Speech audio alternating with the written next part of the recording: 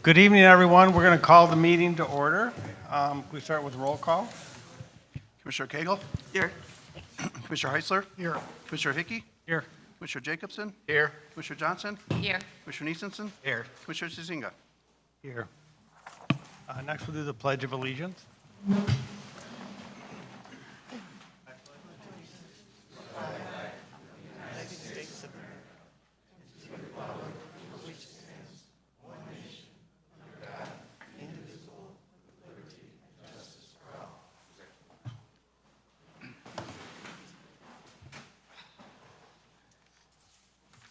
Next is approval of the agenda. I have two changes that I'd like to make, please. I'd like to remove the meeting minutes from the consent agenda. And then I'd like to update agenda number 15. It was my mistake, my fault. I put it on here as first, a read only, and what I really meant was first read. So item number 15, board discussion of agenda items marked, change it to first read, and then the material that supports it, anytime it says read only, please know I meant first read.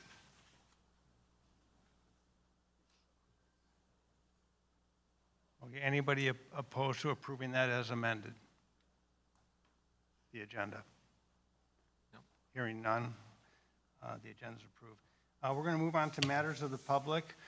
So tonight, we're going to be doing 30 minutes of public comment, and we're going to be starting with Bill Carvel. Bill Carvel over in the weedy end, but just wanted to reinforce that the IGA issue is still floating and would hope that the board can positively resolve it in a way that the ecology funds stay in place. Thank you. Bruce Mazurkowitz.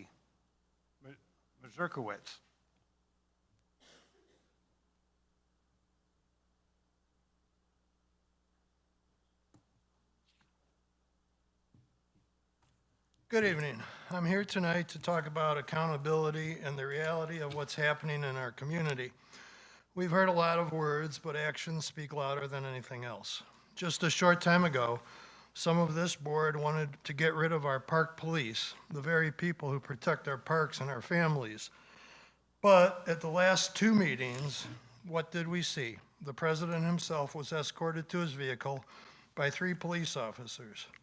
I have to ask, who was watching the parks those nights? Who was protecting our children and our citizens while those officers were busy providing a private security detail? This board has demonstrated a stunning disconnect. A bulletproof vest was reportedly requested and used by Tizinga. Let's be clear, any security detail and any other protective gear should be your own personal expense. The citizens of this town should not be footing the bill for your private sense of security. The very people you're supposed to represent are paying for this, while you make decisions that leave them less safe. We, the citizens of Crystal Lake, are the ones who are the victims here. We are the ones facing the consequences of your decisions. Don't try to spin this and pretend that you are the victim. The people in this room have been peaceful. We have been assertive in our speech, yes, but we are not protesting outside your lakefront residence. We are here in a public forum demanding answers and accountability. On the topic of safety, if any of you are armed tonight, I would hope that you are doing so with a valid concealed carry permit, because transparency and following the law are things we expect from you, just as we expect them from every other citizen. All of this would make some great material for a book, wouldn't it? I can see the title now, I Do Until I Don't, a surgeon's story of the steps in dismantling a park, all 42 pages of it. We got to protect our parks and our people, not ourselves. Time for excuses is over, the time for now.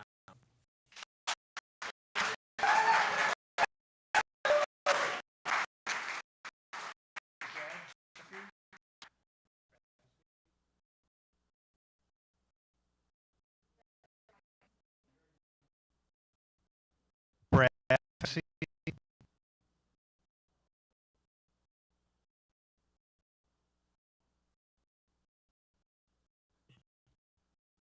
everyone.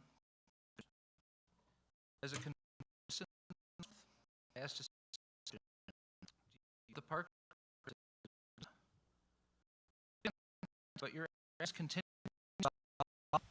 wearing the rest of us through security removed with open Kegel. It doesn't inspire message of fear. More residents speaking out that their actions build trust the community values founded on. I ask you to reflect over these months gets heard and who this park now in your budget proposal talk of keeping as if standing, but costs are, services cost more. Growing park system dollars is a path. New expenses keep like nearly 3 years of extra at each meeting. Safety matters. Walls between leaders. Ask who does this at what cost?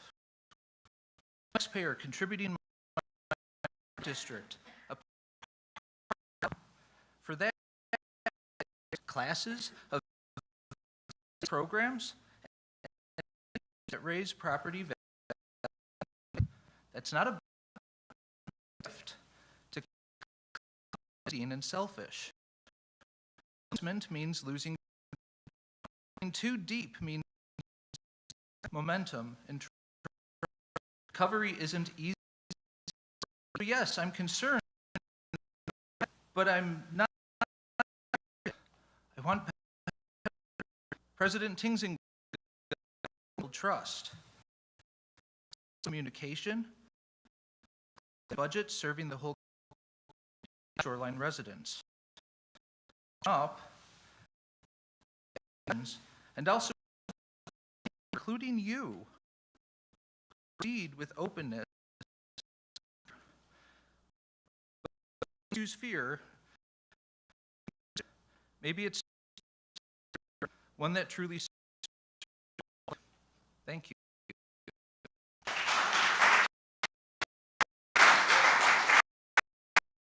Karen Schofield.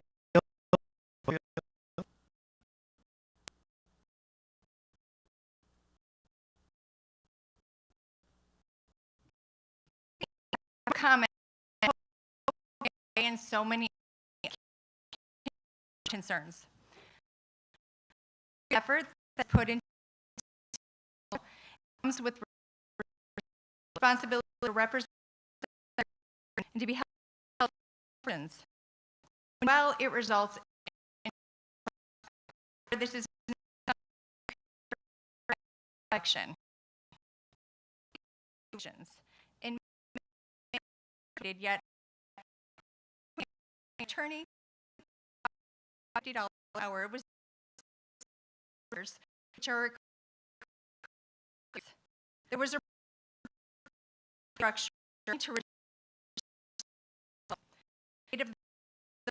from the first and third Mondays to the Monday the whole meetings all together.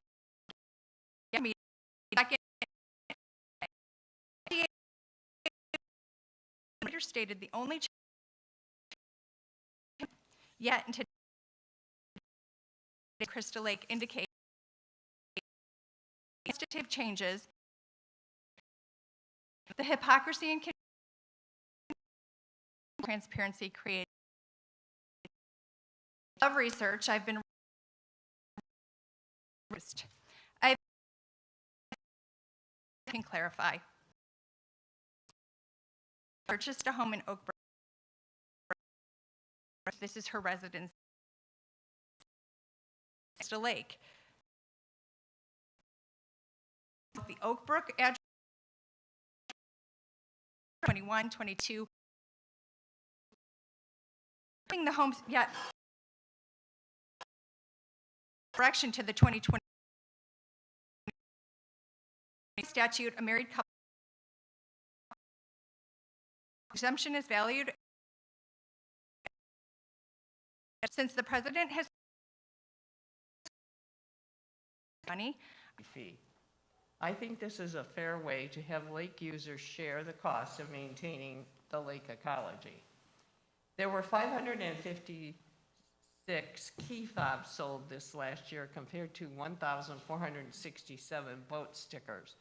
To expect revenue from just those purchasing key fobs to support the lake ecology does not seem fair, nor does placing all the costs on the taxpayers.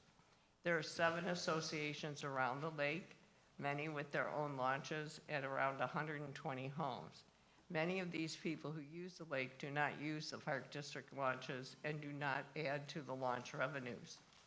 Having a fee added to the boat sticker is the only equitable way to have lake users contribute to maintaining the lake ecology.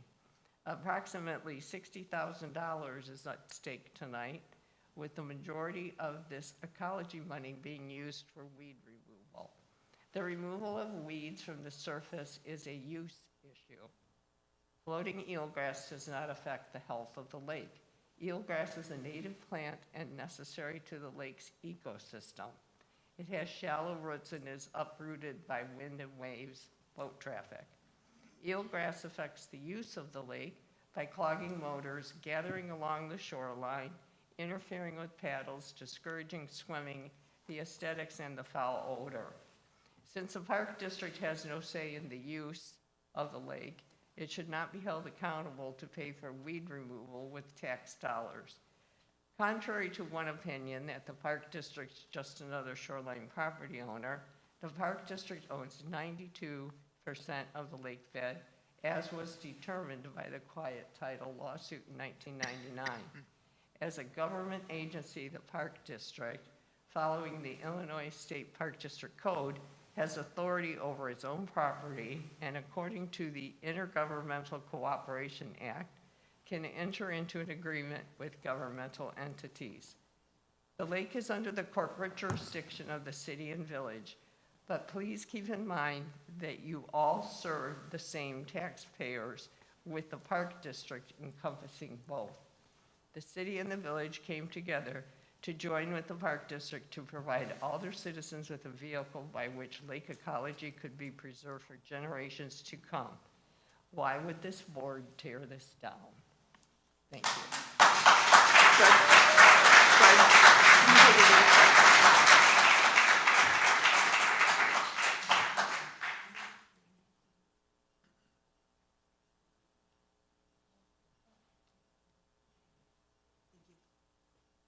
Mike Lawler, or Lawler.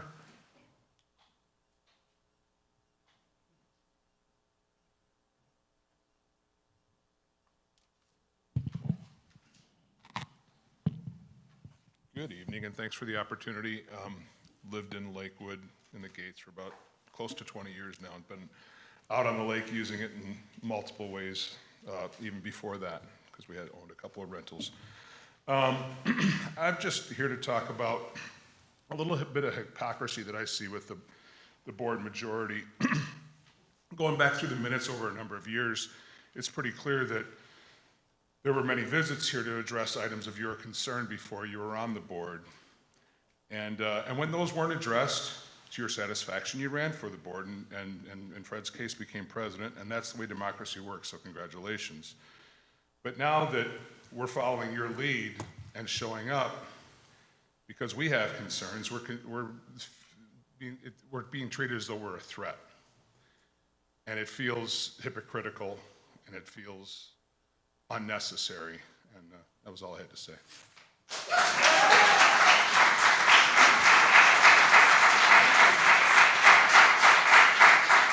Okay, Tom Burney.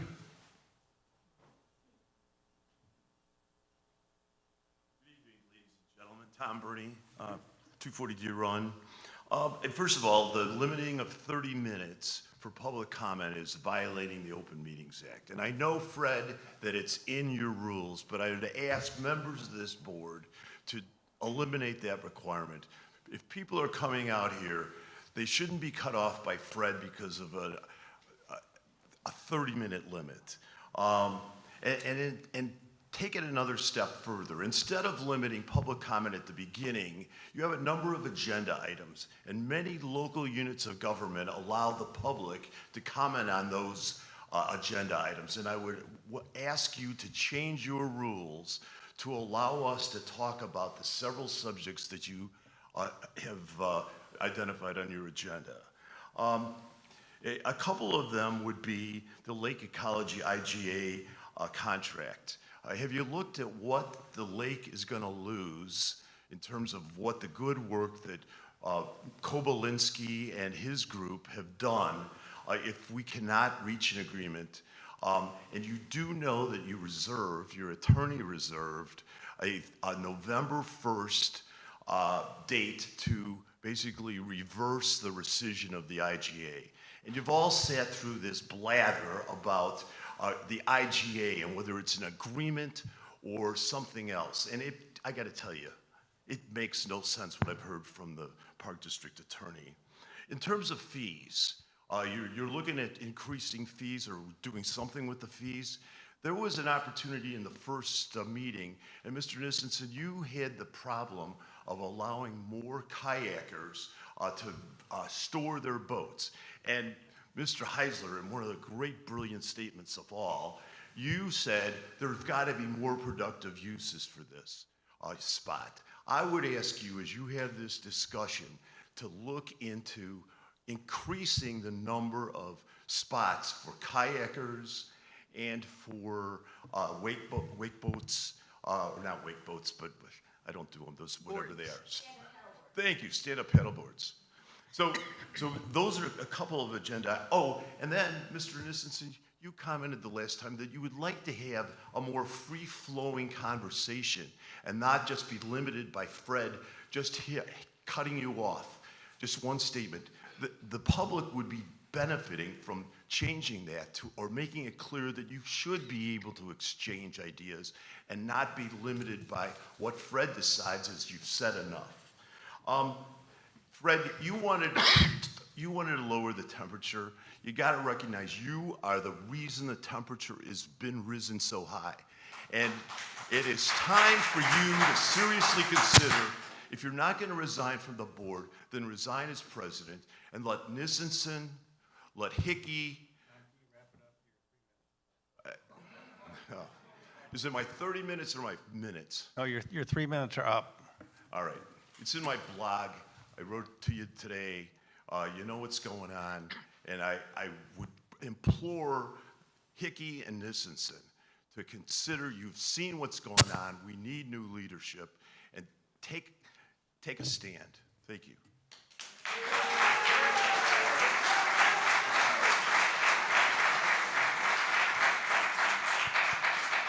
Haig, are you here, Haig? You're next.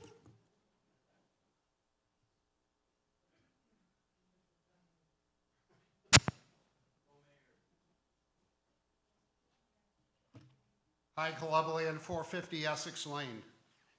I have one homestead exemption, and I probably pay I know I pay north of $200,000 a year in property taxes to this community, and I'm happy to do it. Because it benefits the community, it benefits.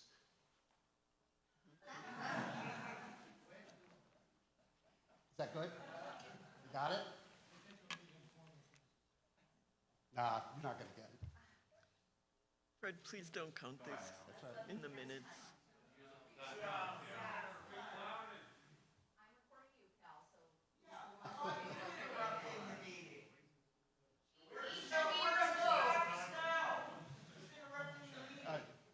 Let's see it.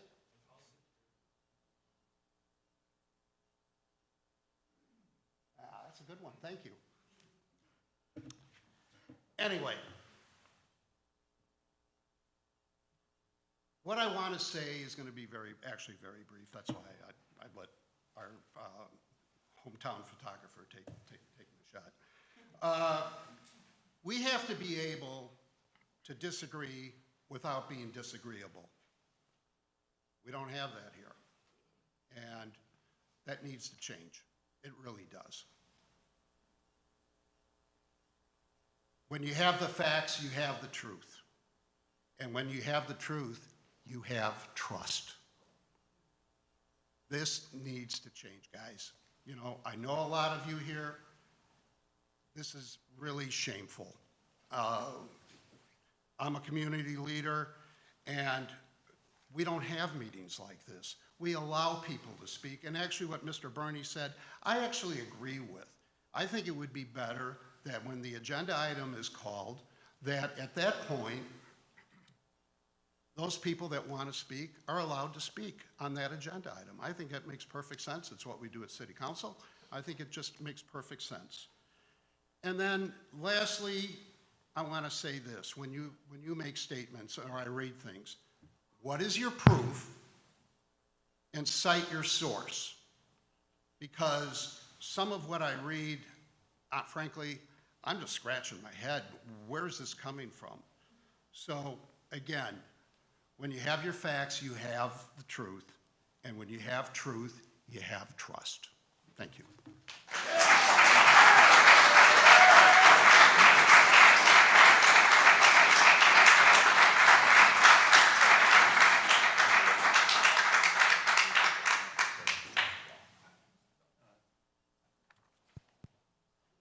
Thanks, Hag.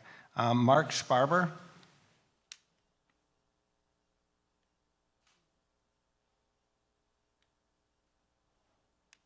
Good evening, Commissioners. Mark Spire, 882 Coventry Lane.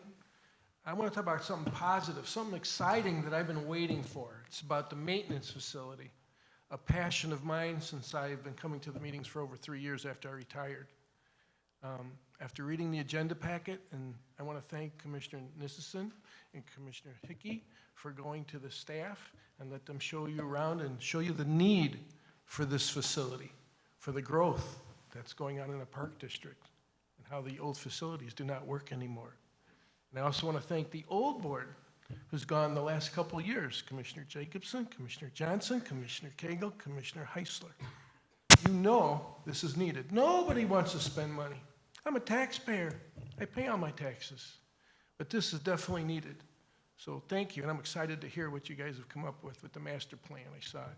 But something that concerns me about the agenda packet is I read about the changes you want to do with speaking. And I don't want to talk too much. You've heard everybody's opinion.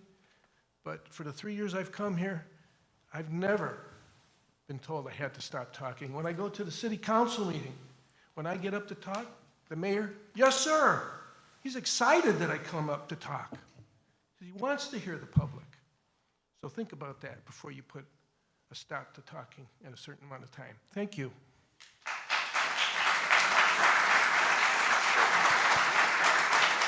Okay, Aaron Wagner. Aaron Wagner.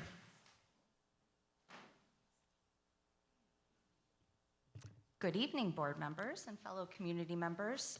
First, I would like to apologize for my abruptness at the last meeting. In that vein, Commissioner Cagle, I want to publicly commend you for the self-restraint that you consistently exhibit. It is infuriating to watch you and others be spoken to so disrespectfully. You are a volunteer giving your time to this community, and you should never be subjected to that kind of treatment. Tonight, in the spirit of self-reflection, which Commissioners Cagle and Nicholson modeled at our last meeting, I'd like to pose some questions for your reflection, Mr. Tazinga. Is this the legacy you want to build? Do you want to be remembered for your condescending tone and your public disrespect for fellow board members? Do you want to be known for blaming constituents and the liberal agenda for the board's challenges? Or do you want to be remembered as a leader who brought people together, as someone who listened to the people who elected you and served all your constituents well? Because right now, your behavior is not heading in that direction. Let me be very clear. When you speak to your colleagues with such disrespect and condescension, that behavior is an embarrassment to this board and the community that it represents. I implore you to go back and listen to the meeting recordings. It may be an eye-opening experience and a little uncomfy for you, but it is necessary if you intend to do better. And it's time to do better, Mr. Tazinga. Additionally, since the video from August's meeting was lost, I'd like to repeat a portion of my comment from that evening that I feel is important. Recently, many in the community learned of a book you authored, Mr. Tazinga. This book contains viewpoints that are, by any reasonable standard, deeply sexist and misogynistic. They are not your private thoughts. They are views you published for public consumption. When we elect officials, we expect them to uphold the values of respect, equality, and decency. The contents of your book are drastically out of step with those values. They raise serious questions about the judgment, character, and fitness of an individual holding a public office meant to serve everyone in our community, including its women and girls. We are watching, we are informed, and as long as you hold this seat of public office, we will continue to hold you accountable, not just for your decisions here at this table, but for the beliefs you've put out into this world. Thank you.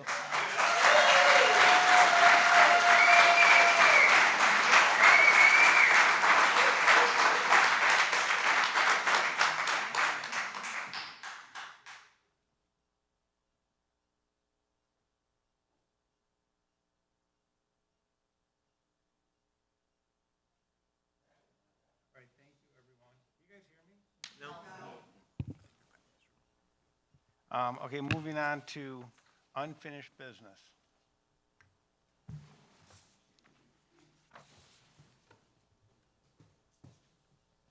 I believe this is something you put on, Kathy? I did.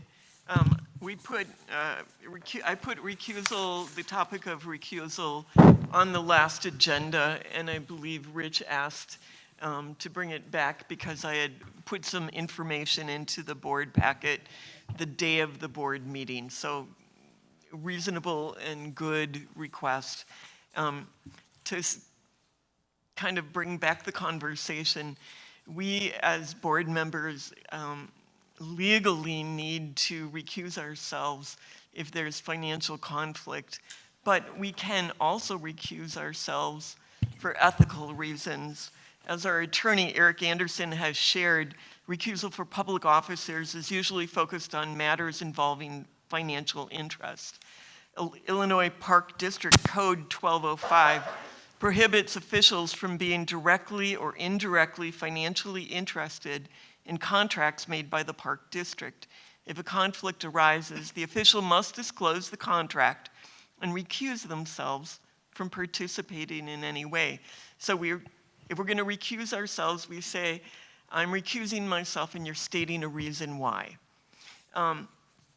So this is from one of the supporting documents I put in last meeting's board packet, and it's in quotes. Although in a particular situation there may be no statutory conflict of interest, there may nevertheless be a common law conflict of interest. And another piece quoted, the opinion of the Connecticut court makes it clear that a provision such as our Section 5 is to be regarded as embodying the long-standing common law doctrine that the faithful performance of official duties is best secured if a governmental officer, like any other person holding a fiduciary position, is not called upon to make decisions that may advance or injure his individual interest.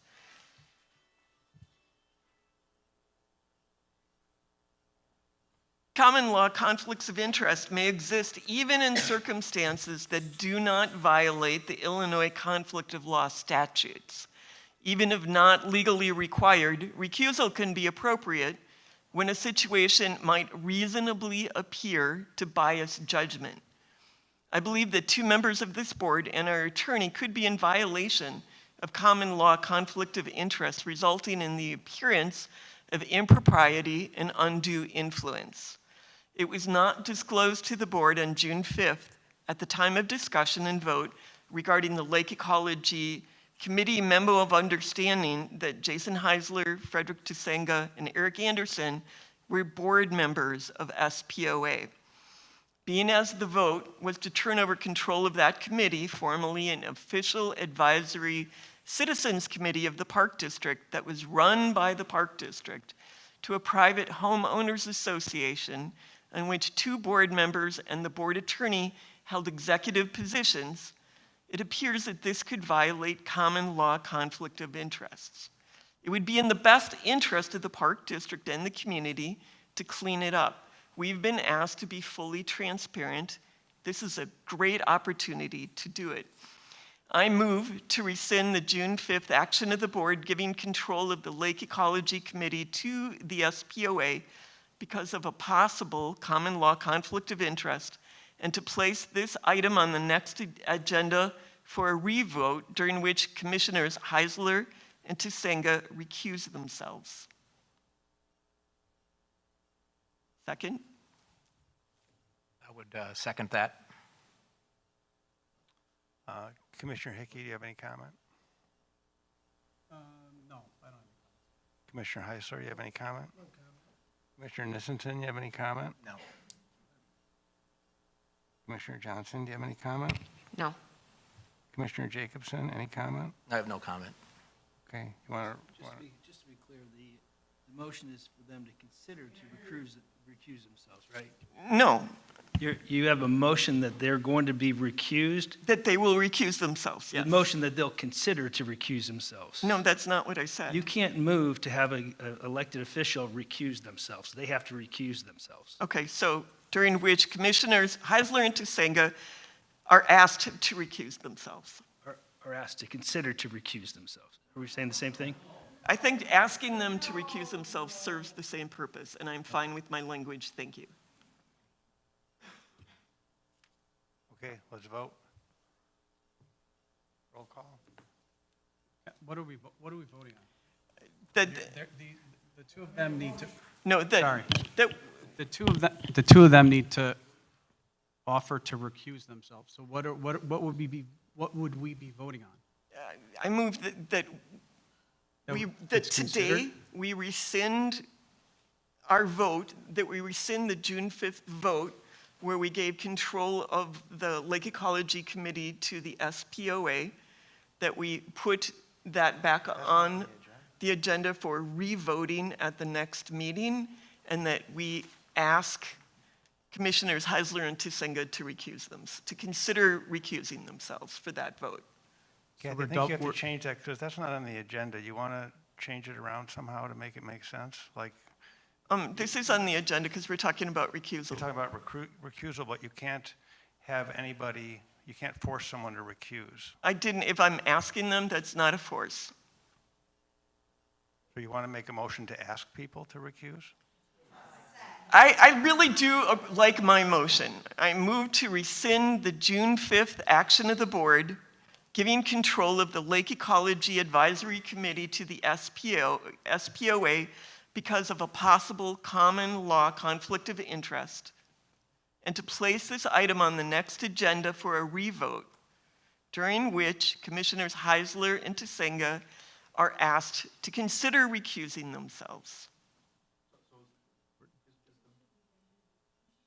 Is the motion to put that on the agenda? No, I would, right now, I would like to, Rescind what happened on the fifth? correct. I suggest that you wait until the. You to would need item- to speak into a I microphone. suggest that you wait until item 17 to do that.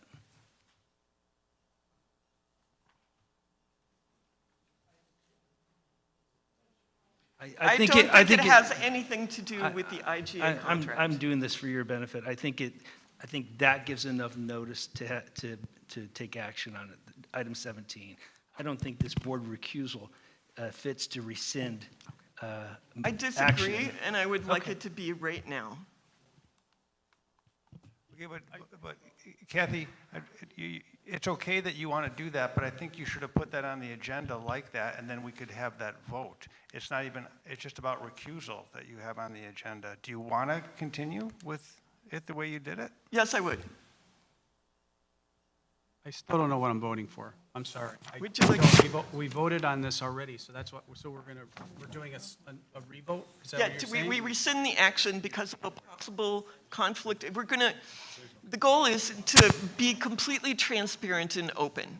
And it was not disclosed to us at the time of the vote that these guys, these board members and our lawyer were officers of the SPOA, and they gave themselves, as part of that organization, control of our committee. That should have been fully transparent and discussed at the meeting.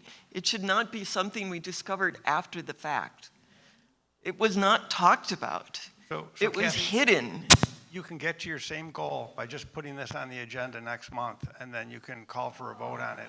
If it's not going to change anything, because all you're saying is put it on the agenda for next month. And if you do this now without it being an agenda item, that's not going to be transparent. Okay, I will agree to do that. Okay, so this item will be on the agenda for the. I will resubmit it to put it on the agenda. And I will second it right now, so it can go on. Okay. And I have another thing for the next agenda. Would you like to discuss that then too, or you want me to do it later? Let's do the consent agenda a minute. Pardon? Can we do the consent agenda next? That's the next item. No, I saw under recusal, I have something else I would like done. Oh, okay.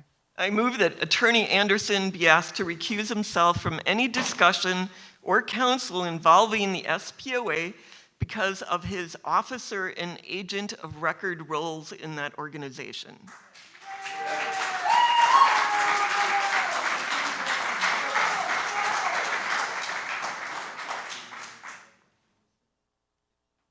Okay. Are you making a motion? Well, am I allowed to do that now, or would you like me to put it on the next agenda? Well, again, a recusal is voluntary. I'm sorry, A what? recusal is voluntary, so I'm not sure we can, you could put that on the agenda,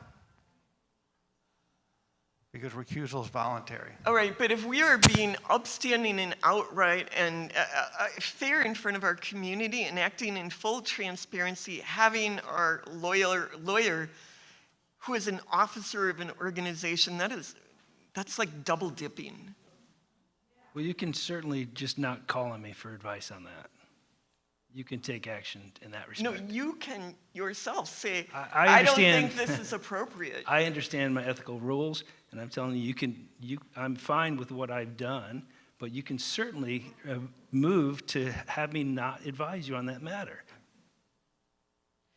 So, Commissioner Hickey, do you have anything? No. Commissioner Heisler? Yeah.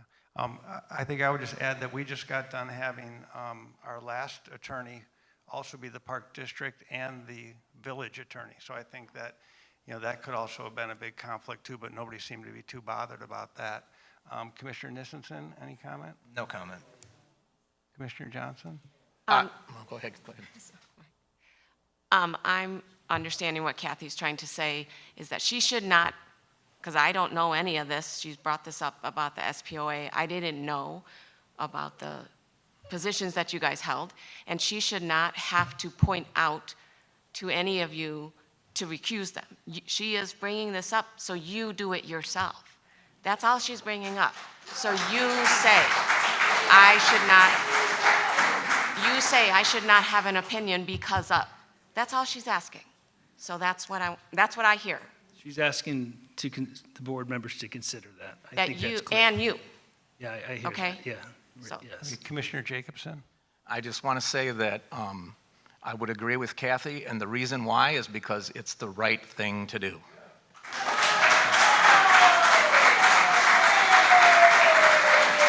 Kathy, anything more on that? You good? I'm sorry, what? Anything more on that? No, I'm done, thank you. Okay, moving on to the consent agenda. Approval of the voucher expenses for the month ending September 30th, 2025 in the amount of $444,749.07. Approval of the interim voucher expenses for the month ending October 31, 2025 in the amount of $218,153.12. And to accept the treasurer's report for the month ending September 30th, 2025 in the amount of $17,751,300.94. And then to approve the Kin Community Event NFP. I second. Oh, I move to approve the agenda. Is there a second? I will second the motion. Is there any discussion? Roll call? Mr. Cagle? Yes. Mr. Heisler? Yes. Mr. Hickey? I approve excluding anything from Charles Herdrick and Son. Mr. Jacobson? Yes. Mr. Johnson? Yes. Mr. Neeson? Yes. Mr. Tizinga? Yes. Okay, items removed from the consent agenda. The meeting minutes? Yes. I have three things that I'd like to change on the meeting minutes. Cal Skinner, when he was testifying, it reads, traffic concerns at the new building, new maintenance building, but he didn't mean the new one we just bought. He meant the one across the street. So it should be the old maintenance building. And the minutes did not reflect that the board asked to table the discussion on recusal and bring it back for tonight. So that needs to be added back in. And then on the discussion on the three-leaf new park, the minutes say parking will be part of the development, but not part of the park. I'd like it corrected to say parking will be part of the discussion as we plan the park, because nothing is certain yet. Okay, is there a motion to approve as amended? I would motion to do that. Is there a second? I'll second. Okay, anybody opposed? Okay. Pardon? Did you say something to me? No. No. I said all set. Property tax 2025 levy. Jason?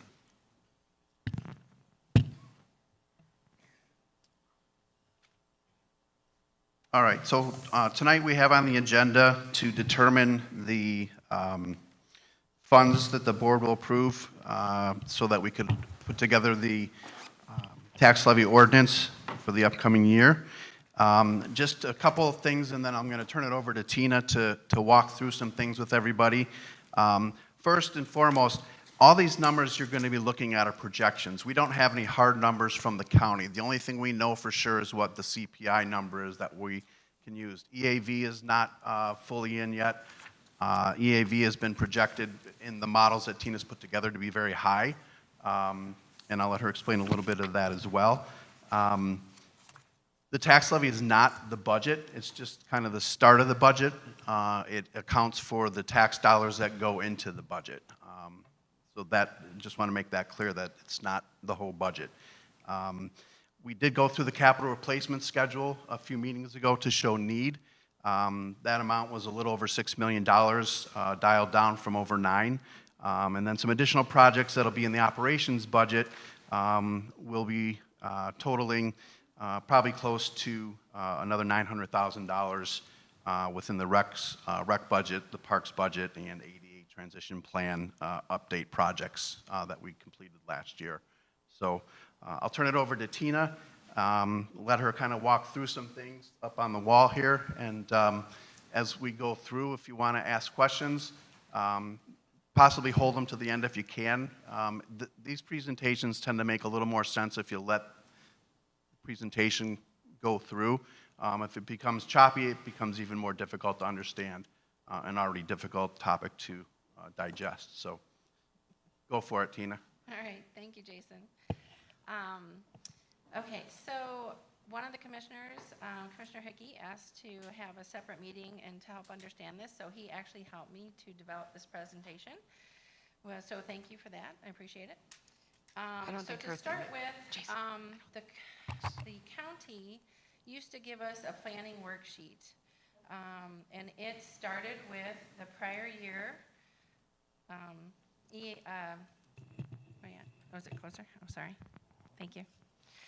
Okay, so we start out with the prior year extension that the county gave us, which is this number right here.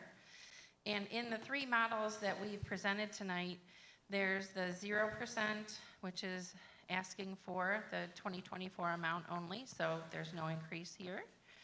And then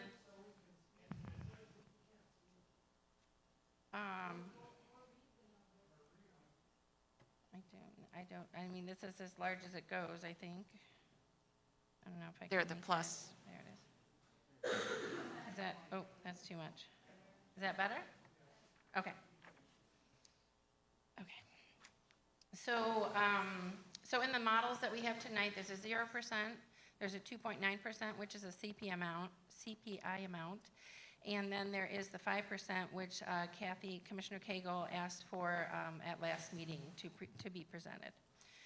So with the zero model, the amount that we asked for the extension last year was this amount, so it's not increasing. But what the county gives us is this calculation here where the amount that we're asking for is the numerator, and then the denominator is the estimated equalized assessed value of all the property in the district minus the exemptions. This number for our projections this year, we increased it to 20% based on over the history of the numbers that we've had. And then new property is subtracted off of that equalized assessed value because new property is taxed fully and not affected by the PTAL law. So this percentage of new property is based on history also, where it was almost 1% over the years. So that was my projection to use 1% of the estimated EAV, or projected EAV. So that equals this number here, which then becomes our denominator in this calculation here. That gives us this limiting rate. So this limiting rate then is applied to the estimated EAV that we are projecting.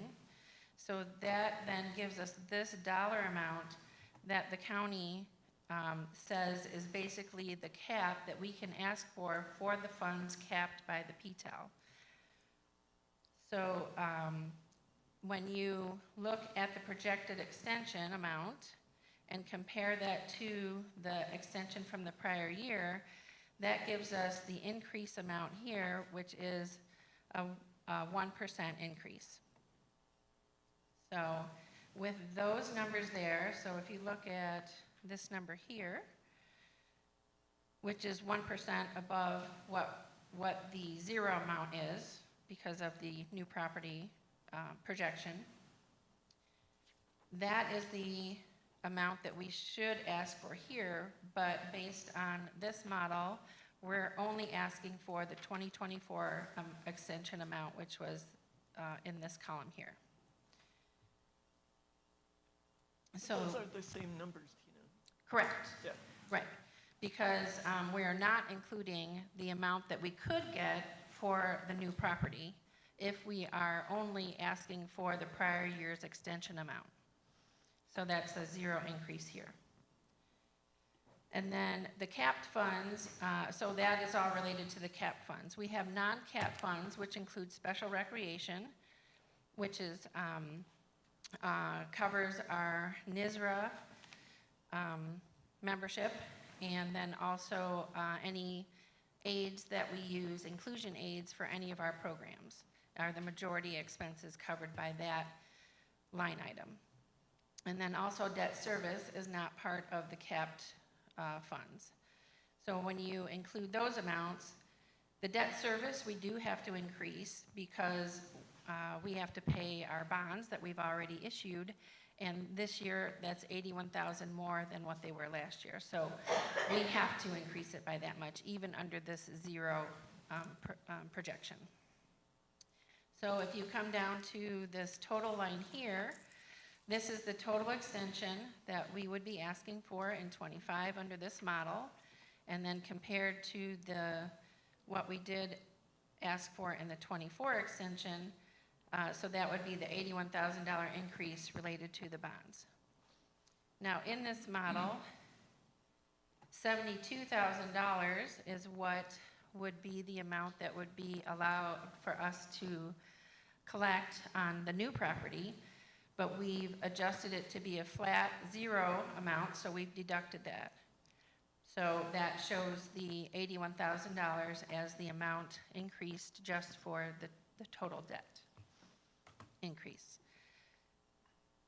So if you look at the special recreation request, which is from this line up here, and then I just brought it down here. So for the special recreation levy line, there is a ceiling rate of this 4 cents per thousand. And when you multiply that times the estimated EAV, it becomes this $1 million number. So if we are only requesting what we did last year, then we are, we have $329,000, $329,874.46 that we are leaving out there by having this amount be the same as the 2024 levy. So when you combine that with the amount of the new property that we're not taxing, then we are leaving out there $401,896.23 in this model. So along the same lines. Tina, can I ask you a question? Sure. I'm sorry. With the money left on the table, if we capture growth at 0%, does that balance that out? Repeat your question? Well, if you could go back the previous page, yeah. that negative figure of 401,896. Yes. Is that captured growth that we're missing in that model? The new growth is the $72,000 figure. That's the new property amount, but the $329,000 is related to just the special recreation fund. So if we increase the special recreation fund to just be the 4 cents, which is what we typically collect, the 4 cents on that fund each year because of the rising costs in the inclusion aids that we've provided in our programs, then if we increase these two amounts, then we would add $401,000 to this model. Thank you. Okay. And if you just wanted to capture the new growth, that's the 72,000, which we'd have to then add that money back into the capped funds. Correct. Correct. So Tina, how much money do we have in reserves right now? That I do not have at the moment, but I could. No, I don't have that with me. I mean, according to the treasurer's report that was accepted, we have $17 million in our overall treasury. 17, yeah. 17 million. Mhm. So But if that's we- for operations too. Yeah, if we did this budget, would we be decreasing park services? Perhaps, yeah, because we're not increasing, those funds could be used for additional operations that we would have, and if we have excess funds in our corporate or recreation funds, then we would transfer that into our capital projects funds. So any overages we have over fund balance, we transfer into the capital projects so that then we can keep the projects on task. I just want to say one thing, that the 81,531 that you said we've already levied for debt service, that hasn't been levied yet. The That's bond what's- ordinance, that's on the agenda for next month, right? Correct. But that's the amount that's estimated that we're going to have. That's not, these are all estimates, but we have. Well, not- that number's a hard number, right, Tina? This number is a hard number. It's That's from a- with the issued bonds that we've already issued. No, this number. That's the increase in Hold the on. amount of No, bond no. payment that we have to make over last year. This debt service extension-based number here is the pursuant to the bond ordinance that will be considered next month. That's not already levied. Oh, that would be correct. Yes, I'm sorry. Right. So this 81,000 has not been levied yet. It's related to the bond payments that we need to make based on bonds that we've already issued because that's No, okay. It's a refunding bond. It's to pay the debt service and the bonds that are going to be issued next month. So this is not something that's been done already because you haven't issued the bonds yet.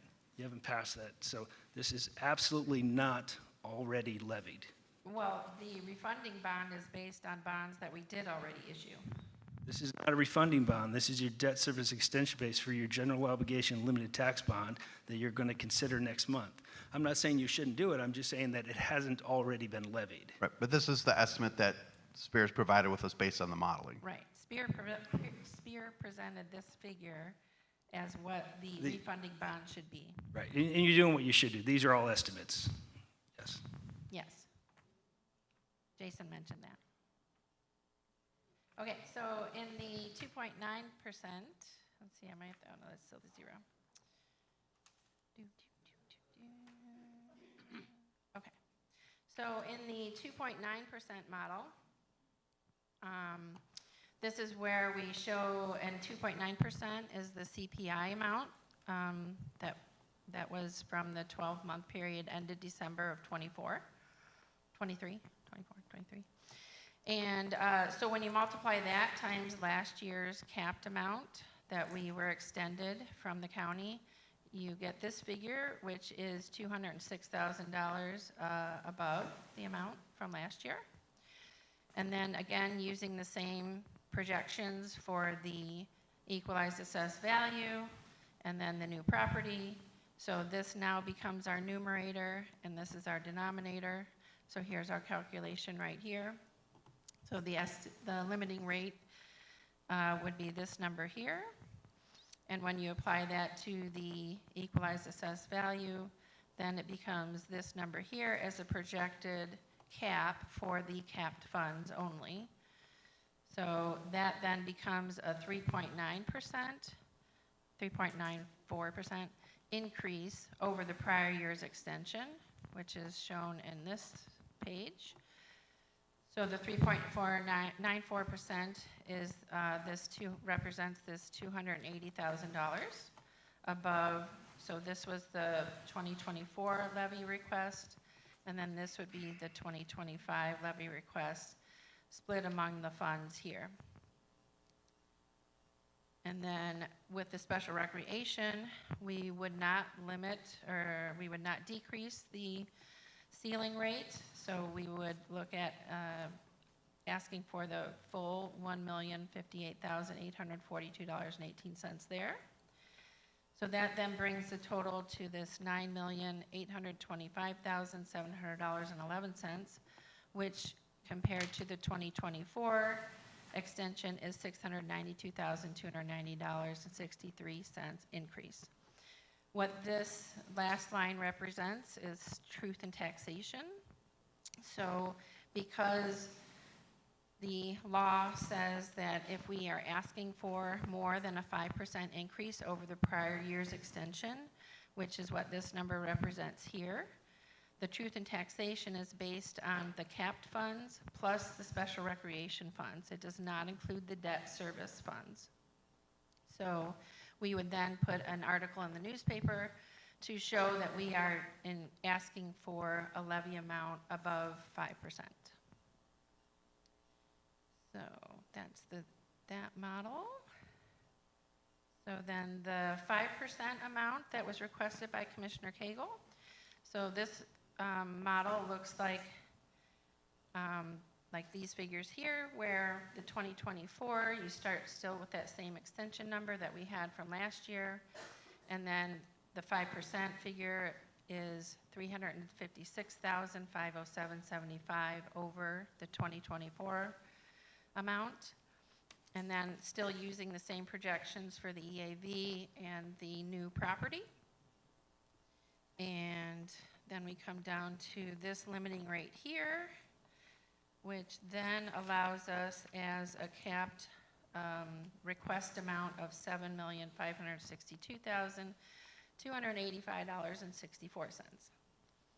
So that difference then becomes a 6.06% increase from the 2024 levy that we would be requesting, which includes that new property. So here's what that looks like. So the 6.06% here represents this number here, $7,562,286 for the total of the levy funds that are capped. And then that represents $432,130.61 increase from the 2024 extension. And then again, requesting the full levy amount for the special recreation fund, which then brings us with the debt service to a total of $9,976,945.82. which is a total of $843,000, or $843,536.34 above the 2024 extension. So again, this amount here is above the 5% maximum that we're allowed to request and would need the truth in taxation to be published in the paper. So what this means is, in the next piece of paper I have here, so most people like to understand what this would mean in their property tax, how it relates to their property and what their value is. So I did a quick calculation for each of the amounts. Tina, before you go to that, on the second, the 2.9, it's 2.9 for everything other than special rec, right? Special rec is 45% increase, right? You applied the 2.9 just to the capped funds, right? That is correct. So for special rec, you did a increase that was something. It's to the ceiling rate amount, which is the 4 cents per thousand. Well, it's. That's the ceiling rate that we can ask for special recreation. Yeah, so you maxed the special rec, 45% increase, but 2.9 otherwise. Correct. All right, so let's go back to here. Okay, so on the calculation here, the county is the one who actually calculates what our rate will be, and it's based on what our request is in the dollar figures. So on each one of these requests, the 0%, the 2.9, and the 5% request, the levy for the capped figures is on this line. And when you divide that by the projected EAV, then you get this rate here for each one of these. And then you have to add that rate to the non-capped funds, which is then divided by the EAV to get this rate. And so that total rate is essentially what would be projected as our tax rate to the property. Oh, sorry, under the 0% request, the rate is calculated as 0.348114. Under the 2.9 request, it is 0.371187. And under the 5% request, it's 0.376900. So when you apply those to my next page here, so if you're looking, this is just a sample property tax bill with the home value in this column here. And the assessed value is 1/3 of the home value. And when you multiply that times the 2024 tax rate, which was this amount here, and this comes from the final tax extension report that the county provides, which was 0.422363 as the taxing rate. Then when you compare that based on the estimated rate that we are projecting with these figures, and you add that estimated increase to the assessed value on those properties and divide that by the third, then this becomes the projected tax on the property value. And then the difference from the 25 projection amount to the 24 amount is this column here. So if you're looking at the average value, I believe in Crystal Lake is around $350,000 property value. So the increase under the 5% model would be $34.90 for the whole year. And then compare that with the 2.9% CPI request, where that tax rate is estimated here.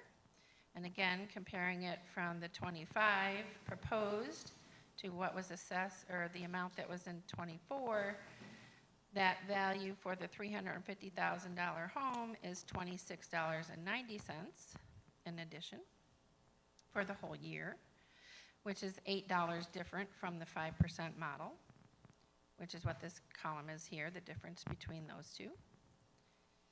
And then under the 0% growth, the rates do go down because we're not requesting any additional money, but the EAV is projected to go up. So that's just kind of an estimate of what your property tax increase could like.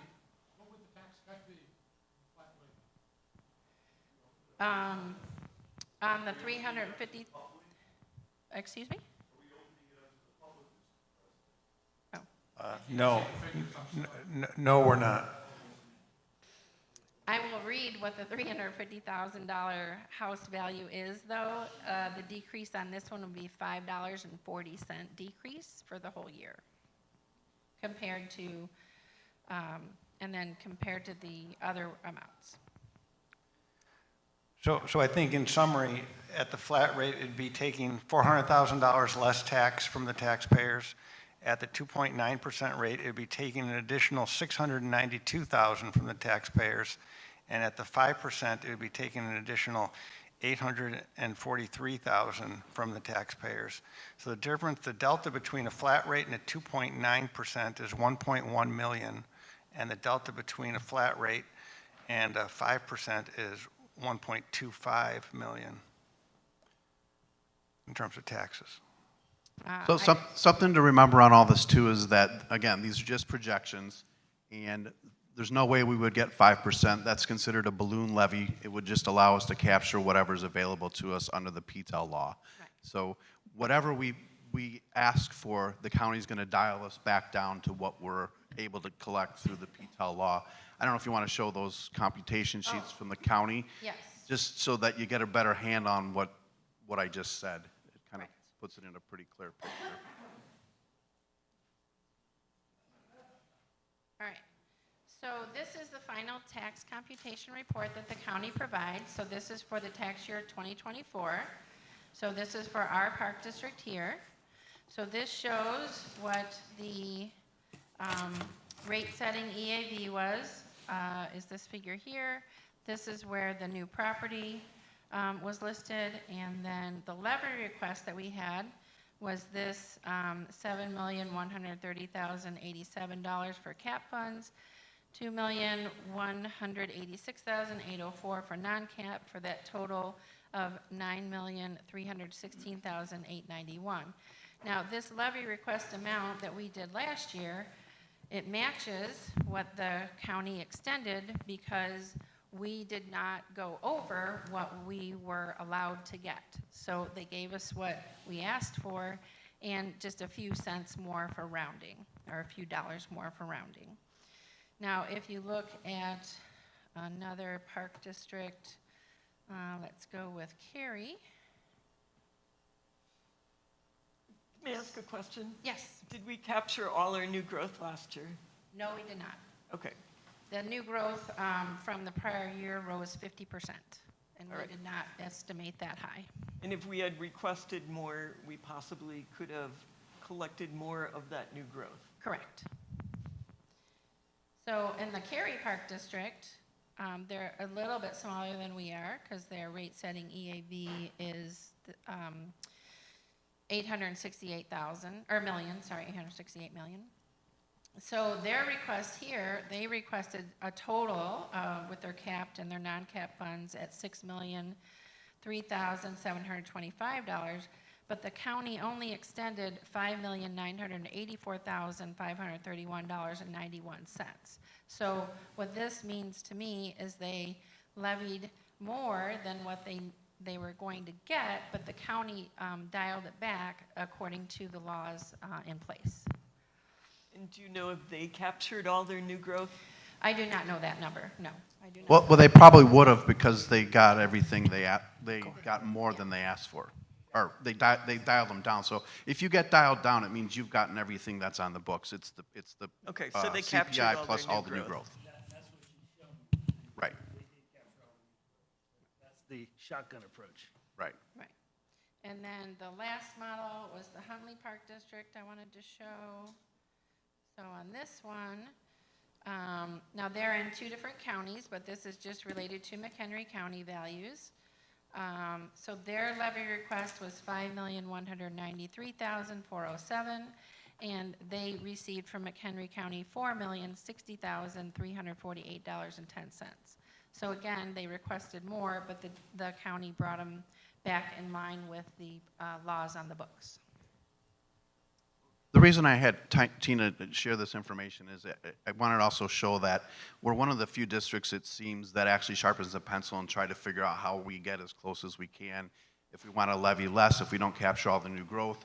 But the majority of agencies balloon levy, capture everything, and go from there. So I think this is a district that I think deserves some credit for, not always levying the full amount, even though there are long-term potential concerns with that. But at the same time, this board has always taken our levying process very seriously. So.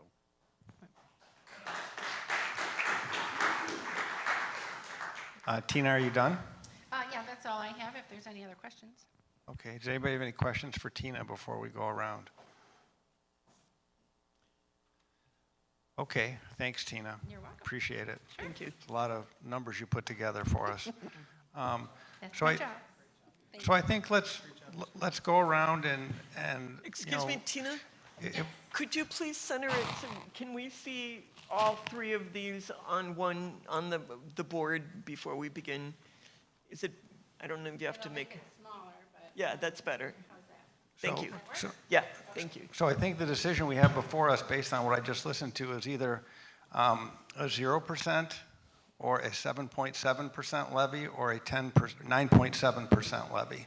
That's what it effectively comes out to.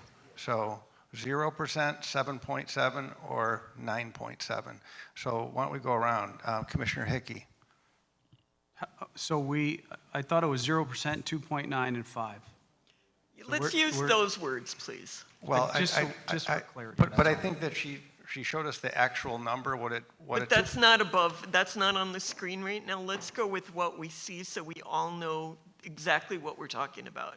Those percentages are related to the truth in taxation, which is what we have to report in the paper. Right, because 2.9 actually becomes 7.7. Yes, but Okay. the capped funds are only at the 2.9%. I understand, but when you add it together, it ends up to be 7.7. I mean, we should just be transparent about it. So I think the Well, choice I is, think the point is that the special rec is a 45% increase, and that's not called out. That's the confusion, I think. And then there also is the new property, which, so it ends up, you're right, it is a 7.17, but you have the authority probably to get all of that. Correct, because new property is taxed at a different way than what the capped property is. Because the new property has not been taxed previously. Well, the new property will be taxed exactly the same way as the current property. It'll just share the burden, but you can increase it because you take your tax rate and then you apply it to the new property. So that's why it's more than the 2.9. Because she's saying we're going to capture new property and we're going to increase our special recreation levy by 45%. So I think the 2.9 is a little, it's a little misnaming a bit. Well, because there's other things going on here. It's that based are- on the CPI rate, so you can, that's the It's- CPI you're- rate. on You're the- just applying that to cap. There's Correct. funds that aren't capped, and there's new property. Correct. I'm not trying to argue. So the first one, everybody's going to get a tax, their taxes for Excuse me, you're not a board member, Eric. I'm just trying to, that's okay. I'm just- trying to answer a question. Eric, unless the president asks you to speak on it, you're not a board member. Eric, will you please go ahead and summarize this for us? Can you speak into your microphone? So the zero will give a decrease, as Cal Skinner stated. The zero is going to give a decrease because the new property is going to share that tax burden, right? And the 2.9, I think I was clear that it's more than a 2.9 because you're going to use the new property. You're going to do 2.9 for the old property, then use the new property and give that 2.92. So you end up getting more. And then you also have the 45% increase in the special rec. So that gives you even higher to the 7%. I think you have the authority to do all of that. And then the last one is the shotgun approach, where you're most surely going to get decreased by the county clerk because you've levied too much. Well, it's a request. So Commissioner Hickey, I know we didn't have the figures for what we have in reserves. Is there a ballpark? I mean, do we have like a best guess? Is it a percentage of total? So in the treasurer's report, it showed 17 million, but a good chunk of that money, and I don't know how much, but a lot of that will be spent before the end of this fiscal year is over. Okay. So, plus a portion of that has to remain on hand to be in compliance with our fund balance policy. So to say at the end of the year, we're going to have $17 million on hand, I don't know that that's likely. Because with the 5 major projects we've had this year, that's going to go down. And some of that money is already earmarked. So 2.2 million of that is the bond issuance for the garage project. So that brings you down to under 15. So it's a lot of money, but a lot of it's already spoken for. Okay. Is there a percentage that we should have in reserves, like at the end of the year? So I know we've there's got our fund different- balance policy. For corporate, it's 30%. Tina, correct me if I go wrong here. Okay. Recreation is 25%. Audit liability, IMRF are all 10%. Nature Center is 20%. 12, Oh, I think, or is it? no, 20? Special Rec is 12. Oh. Nature Center is 20. Sorry, my bad. So we have to have those percentages in each fund. Those percentages are a percentage of the expenses of the yearly budget, not including capital. We don't have a fund balance for capital. And of that 17 million, those dollars are inclusive of these? Correct. Right? Okay. Yep. Okay, the other questions were already answered. Okay, Kathy? Is this a time just for questions, or is this our final round of input? I think this is our round, to go ahead and say what you think. We want to hear what you think. Did you want to? So just so everyone's clear, we need to determine what model we're going to go with, because Tina, we've got 20 days to get this out in order to pass the levy at our next meeting, and tomorrow will be 20 days, so we have to start preparing for that. So we need a decision, which we made aware of We have last to meeting. have a consensus on one of the models. Correct. So you're asking what my Yes. model is? Yes. It would be 2.9 is what I would lean towards. I would like to see us go with the 5%. I think we are tasked with maintaining the health of the organization. And when you look at what the difference between 2.9 and 5% means to a citizen with a $350,000 average home, it's not much at all. And then when you look at the added expenses that this organization has taken on in the last year, we've launched a brand new park with a water park. And I asked Jason what the average cost of the water in a water park was, and I think it ranged between $1,500 and $3,000 a month for water for our new park, let alone the people that are going to work in the park and the maintenance. And we have grown as a park. We will continue to work to improve our parks. It is our responsibility to the community to fund the organization in a reasonable sense. And I think this is the year, well, it could be that every year is the year to capture the new growth and to fund the organization correctly. So the CPI, our Consumer Price Index, it costs more to run the organization if we hadn't done new things. So doing new things and a CPI increase means we are going to underfund if we do anything less than, if we do a flat tax, we're hurting ourselves, and that's not what we've been elected to do. I'd like to see us go for a 5% levy. Commissioner Heisler? Take the latter and go with the flat tax, but can we capture the new growth with that? Is that possible? So flat tax with new growth added to it. Okay, Commissioner Nessenson? Can we have that explained to the board, what that would look like, please? So you. Excuse me, can we have Tina explain it, please? So that would just mean that these $70,000 figure, without looking at the exact screen, that would be added to the funds and spread among the funds that are capped. So that would allow us to collect that money, but not the money that's on the SRA. Oh, yes. Thank you. Okay. Commissioner that- Nissenson. Oh, the figure was $72,021.77 would be added to the capped funds. Thank you. I'm going to preface it by saying I am totally opposed to cutting any services going forward or diminishing anything that we offer as a park district to the citizens. I also recognize that when we look at the increases on the slide, that it seems nominal, $35, for this or $50 for that a year. It's nothing, and I do recognize that. But I also recognize that at some point, the property tax burden on all of us is getting to be excessive on many levels, and I further recognize that the park district's a very small piece of the pie.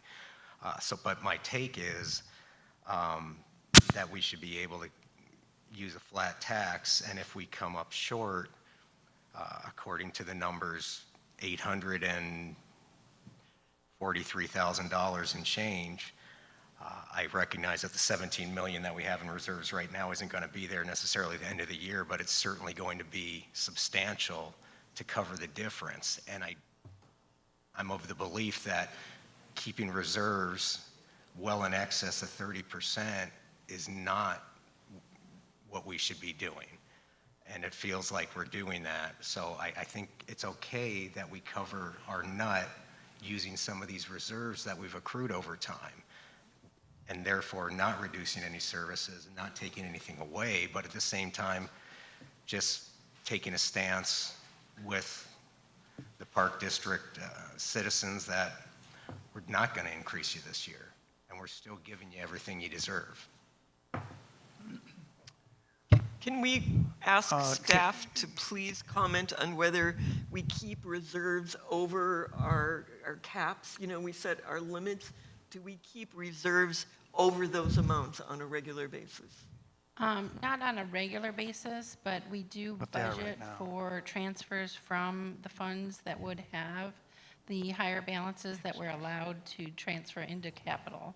So if we are over the 30%, say for corporate, we would transfer additional monies to the capital fund to help fund the projects that we need to repair and the parks that we have. So we're not sitting on the money, we're using it. Correct. Then the So- fund balance policy, you have to keep a fund balance.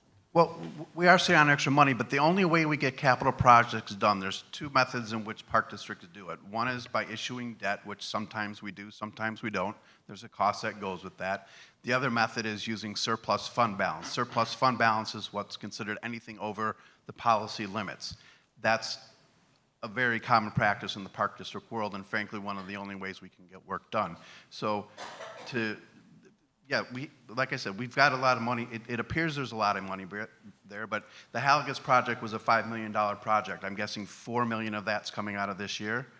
2.2 is budgeted for the garage right there. That's $6 million of that 17 million. I don't know what the policy limit is that we have to have on hand. I'm guessing it's somewhere around 3.5 to 4 million. That sounds about right. So right there out of that 17 is, so I'm not keeping a running tally here, but let's say get us around 9. So right there, that speaks to 9 million of it. And Woodland Estates is being paid out, Lippold Park's being paid out, Della Park's being paid out. So those are big ticket items. So, I brought a folder full of pictures if we need to again, try to share the need that the Park District has to continue to do projects. I shared them with Keith when he came by my office the other day to talk. We've got tennis courts that aren't usable. We've got basketball courts that aren't safe to play on. I'm not comfortable even saying that in a public meeting, but it's to stress the point that those funds are going to go to good use. We're not sitting on them to be a burden to the taxpayer. There's a plan for them. That's why we have a 10-year capital replacement schedule. If we didn't have that in place, I wouldn't really have much to sit up here and say other than, yeah, we got a lot of money. But we've got a plan for it. Can we turn the lights Okay, back on? can we do Commissioner Johnson? Yes, I think we should go with the 5% growth. The reason would be exactly what we've all talked about, more parks, more that we have to pay out. And all of us know that the cost of everything has gone up. So the costs has gone up for the park district to run the park district. Bills, water, electricity, just like we all do at our own houses, they have increases too. So I believe that the 5% is good. Commissioner Jacobson. I've lived in this community for quite a long time, and I've never known the Park District for being irresponsible with the way they fund things. I am going to say that the 5%, I know Kathy hasn't always been in favor of that in the past, but now I think she understands that we do have a lot of pressure coming from unknown projects that need to be completed, and I just look at the difference between the 2.9 and the 5. For a $500,000 house, I think I calculated it was somewhere around, what was it, a $12 difference per household or something like that. And so I think just having that extra amount available, and it doesn't look like we're going to be able to capture all 5% of it anyway, based on what I just heard, if that's correct or not, but I would be in favor of the 5%. Okay, so I think that everybody that lives in Illinois knows that we pay the highest taxes in the country. We're number one for property tax. And I think that probably there's some people that would be really relieved if we could maintain all of our great programs, maintain all of our great services, and not give people a tax raise this year. And so I would be very in favor of flat for this year. We definitely have the reserves with Jason's numbers that he gave us. Even if he used all that money, there'd still be $9 million sitting there. And if we ended up short by 400,000, we would be fine. And those are Jason's numbers, not my numbers. Guys, please. So my point is that I'm in favor of a flat tax, and this may be the only room where people would be opposed to that. So let's go ahead. Anybody want to have a motion? We can just get this done. Well, right now, we're at 3 for 0 for flat, we're at 1 for 2.9, and we're at 3 for 5. So we need a majority to go one direction or the other. Well, I think why don't we just make a motion? Or we could talk about it more. Well, let's go around again. Commissioner Hickey? I really don't have anything more to say about it. I think, well, I guess I do have a little something to say. I do agree that things are going up. I'm not in favor of raising taxes. I go on record for that. However, there's a lot for us to get done. There's the maintenance facility that needs to be completed or started. And that's why I think the 2.9 makes the most sense. So. Commissioner Cagle? I really and truly have been super tough on the tax rate for the previous 7 years I've served on the board. This is the first year that I've come out asking for the higher amount. And that's partially because I've attended all the national, well, not all, but I've attended 2 national conferences and all the state conferences. And I've learned that it costs a whole lot less to maintain something if you keep it at a higher grade of quality, less severe maintenance issues. Over a 20-year period, if you maintain it, if you give it grades A through E, if you maintain it at C or above over 20 years, the cost of maintaining a building is less than if you let it get below that grade. So putting your money up front results in less overall expenses in terms of maintenance and taking care of things. The fact that we've got, I think it's time to see that we are the least expense and greatest return in value of any tax on our tax tax bill. And I'm extremely proud of what we do, and I want us to be able to take care of our properties. And I want us to build what we need built in a fiscally responsive manner. And you can count on me for being fiscally responsive, but I think now is the time to ask what we can get here to fund the organization. Commissioner Heisler.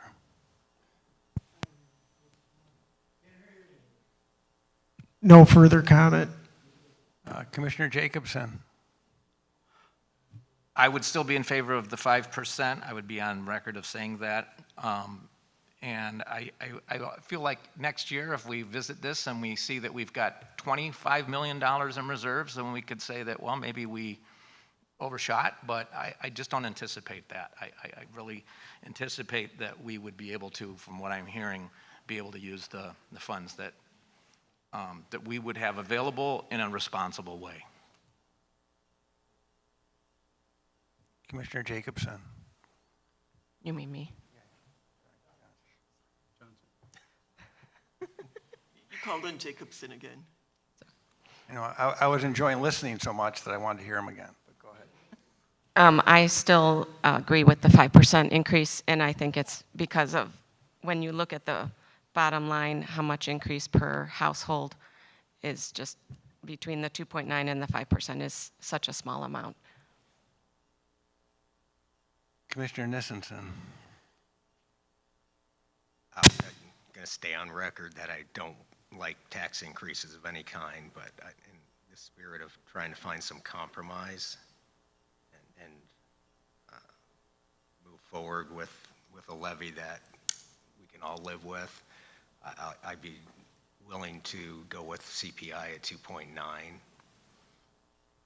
because we're going to have a standoff here between 5% and 0% otherwise. Again, maybe we could find compromise at 2.9.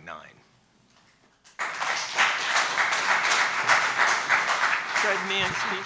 So I think that we keep talking about these kind of fake numbers. It's really, 2.9 is really 7.7, and everybody should realize that. And 5% is really 9.7. So we have to realize that, do we want our taxes going up? Let's not make a straw man argument where keeping it flat means we're going to reduce services. We aren't reducing services. So I'm still with keeping, I'm not a fan of raising our taxes at all. May I speak? Fred, may I speak? Commissioner Cagle. You have anything you'd like to say? No, he said called on Commissioner you. Cagle. No, he said. Okay. I said you. Is it possible to do 2.9 plus new growth? Yeah, that's what the 2.9 model shows. Pardon? That includes new growth, the 2.9 model. But we wouldn't get all new growth. We'd probably leave some on the table. but No, at the it'd be 2.9 close. model, you'll get it all. Excuse me, what, Jason? It'll be close to getting it all. I would go with 2.9.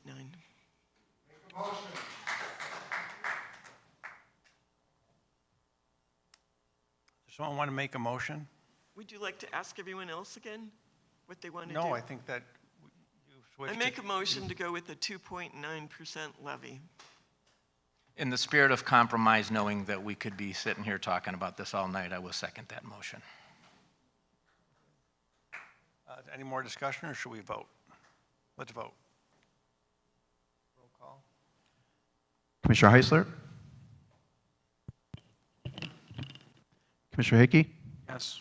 Commissioner Jacobson? Yes. Commissioner Johnson? Yes. Commissioner Cagle? Yes. Commissioner Nissenson? Yes. Commissioner DeZinga? No. Motion passes, so we will go with the 2.9 model. Okay, next is the Maintenance Facility Master Plan.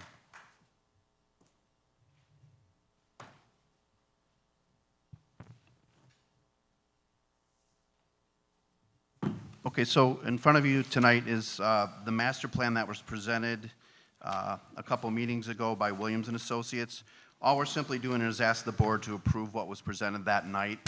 The next step then will be to engage them in a new contract to start the development phase of program. We would be looking to just design Phase 1, which will save us $300,000 off the initial price of what they had presented to us at that meeting. So we're trying to do some value engineering with them up front to save some money.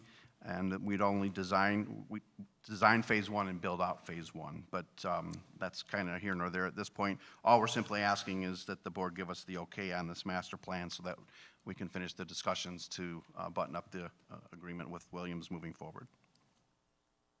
Could we ask what staff thinks of the plan? Eric, I'll let you answer that since it's your Yeah. baby. No, we really like the plan, and we're really excited about it as well.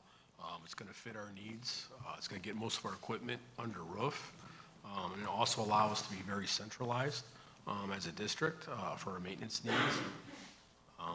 Yeah, it seems to be coming together very well. Thank you. Thank you. Okay, let's go around. Commissioner Hickey. Does, Eric, when you speak of getting everything under one roof, does Phase 1 accomplish that? Phase 1 will get us into the building, and it'll allow, I'd say, 80% of that to happen. We may still have to, kind of strategically place equipment in some of our currently existing facilities. However, I'd say 80% of that would be complete. Just so I'm clear, Phase 1 really just looks like garage space? Garage Like vehicle? space, office space, so all staff will be able to be there, and personnel will be centralized there. That's then what about Phase 2? Phase 2 is completion of the whole thing, everything we see. Right, and we'll see how Phase 1 goes. Eric and I have been talking, and if we can get by with just doing Phase 1, we'll do that. It's one of these things, if we were building a rec center, we can't build the gymnasium without basketball nets. We can't build the gymnasium without a locker room. Here, we can get away with piecemealing it because it's not a public facility. So an important part to consider would be the life safety aspects. So, whether it's sprinklers and, getting everything set up to where it needs to be up to code, ventilation, drains for equipment and stuff like that. Once we get all that in, that's the main focus of that Phase 1. That'll allow us to, over years or over time to slowly or rapidly, however we decide to complete the rest. But it gives us that flexibility. That Phase 1 will help. So Phase 1 gives us a fully functional, we can use the building. Absolutely. Okay, Commissioner Heisler. Can I say something beyond that, please? I thought, okay, Commissioner Cagle. I'm really in favor of this. I'm super excited, and I appreciate Rich asking for the larger drawings that we can see, and I appreciate that we brought the price down. That was a nice cost saving, so kudos to staff for getting that done. Thank you. Commissioner Heisler. I know everybody's going to be excited for this, the staff. The buildings and grounds guys are going to, I think it's needed, considering the facility over here is bulging at the seams, so to speak. But yeah, it's kind of exciting. That's all I got. Commissioner Jacobson. No, I just wanted to say, Eric, I think that the way the plan is in effect right now, it's going to give you a good opportunity to make that transition and kind of move in slowly rather than having to do it all at once. So I think in the end, I think you guys are going to deliberately come up with maybe some ideas along the way that maybe you didn't think of before. But so I hope it goes well, but I think it will. Thank you. Yeah. Commissioner Johnson. Yeah, I totally agree with doing this maintenance building. When I got to walk through with Eric last year or something, and to see the dream that they have, and plus to put everybody back in, or not even no back, but put everyone back in one location will be very important as a community, as a staff. Commissioner Nissenson. I agree with all the comments made so far. I further want to say that after having a meeting last week with Jason, I loved the good news that Phase 2 is not looking near as ominous as originally, obviously financially speaking. So that's great news, but as far as Phase 1 goes, let's go. So do we know how much this is going to cost, Phase 1 and then Phase 2? So Phase 1, I'm going to say is going to be under $6 million. Like I said, we've already started some value engineering. We knocked out what looks like $300,000 from the design phase. And then part of the proposal that you saw from Williams included potential upgrades to a new roof and HVAC rooftop units. The evaluation we had done on the facility said the roof is in good shape and the HVAC units are in good shape. That's a number roughly between $1 to $1.5 million. So that number may come off that number as well. So we're looking at that $6 million number going down. So, but things go out to bid, we'll see where they end. But so we've got $2.2 million left for Phase 1 based on the $5 million bond issuance that we did last year. We also this year will be issuing $1.5 million of bonds. We do this every other year specifically for capital projects. We can dedicate those funds specifically to this project this year to help close that gap and then use any additional fund balance surplus that would be there to close the gap if necessary. So. And then is Phase 2 still an additional $6.5 million? Because at the last presentation, they said 12.5 all in. I don't remember what they said all in, but. Oh, I remember. Yeah, 6. Another 6? Okay. I'm just trying to, and what's the probability that we need to spend the other 6, Eric? You think that you're good with this, or you need the whole thing? I think the most important part is getting into the building. Like I said, with the life safety, everything working, functional, office space as well as garage space and equipment under roof. After that, Phase 2 can come, as it comes. If it's something we need to do over a span of a few years, we would be fine with that. And Phase 2 could end up being 4 phases. Right. Where It we could be can 10 phases. make it even smaller. Right. We can budget for that and become a yearly thing. Okay. Yeah, just a motion to approve. I move to approve the maintenance facility master plan. Is there a second? Second. These two all in favor. Anybody opposed? Okay. Next is ordinance 252604. That's you, Jason. Yep.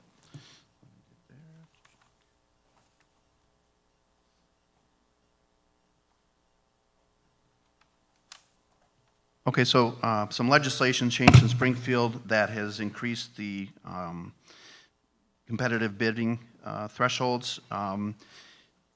The bid amount is $30,000 for work, and they've raised the threshold to $60,000 for materials and supplies. So currently, our purchasing policy has everything set at $30,000, and we're looking to revise the policy to increase the $60,000 for supplies and materials.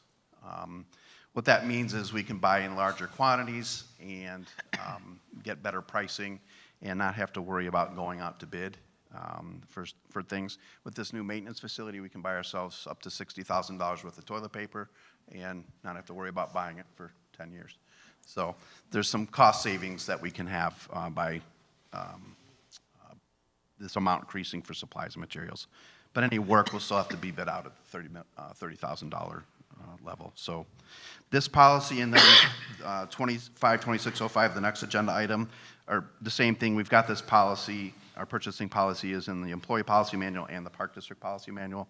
So the next item on the agenda is going to be the same exact speech I just gave. So we're just looking for the board to amend it based on what was shown in Exhibit A here.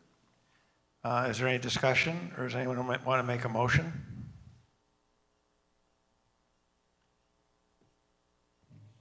I'll make a motion to approve the two ordinances, ordinance 25.26.04 and 25.26.05. Is there a second? I will second Karen's motion.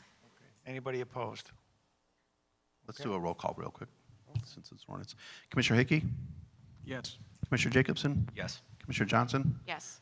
Neesenson? Yes. Commissioner Cagle? Yes. Commissioner Heisler? Yes. Commissioner Tazinga? Yes. Thank you. Excuse me, may we have a 5-minute break, please? Sure, take a 5-minute break, everybody. Thank you.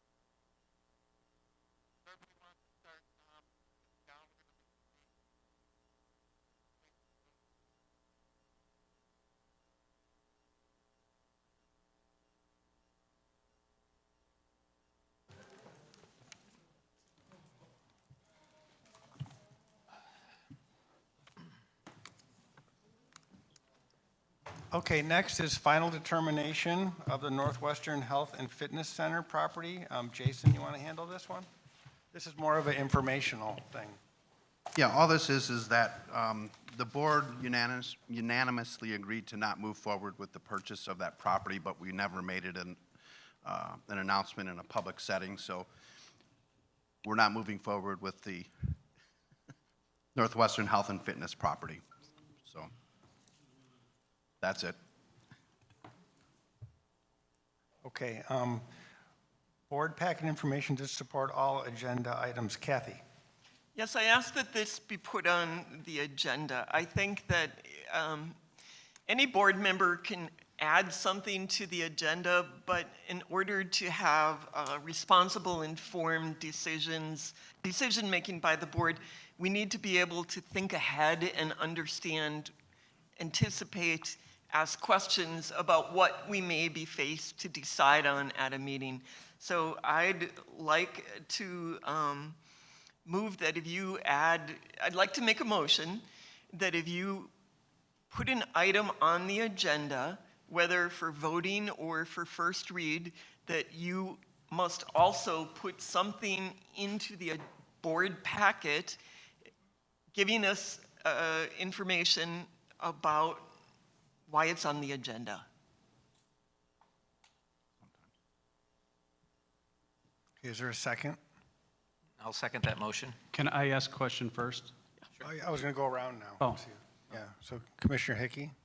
I just was, so I guess how will it be determined if this information that's provided is sufficient?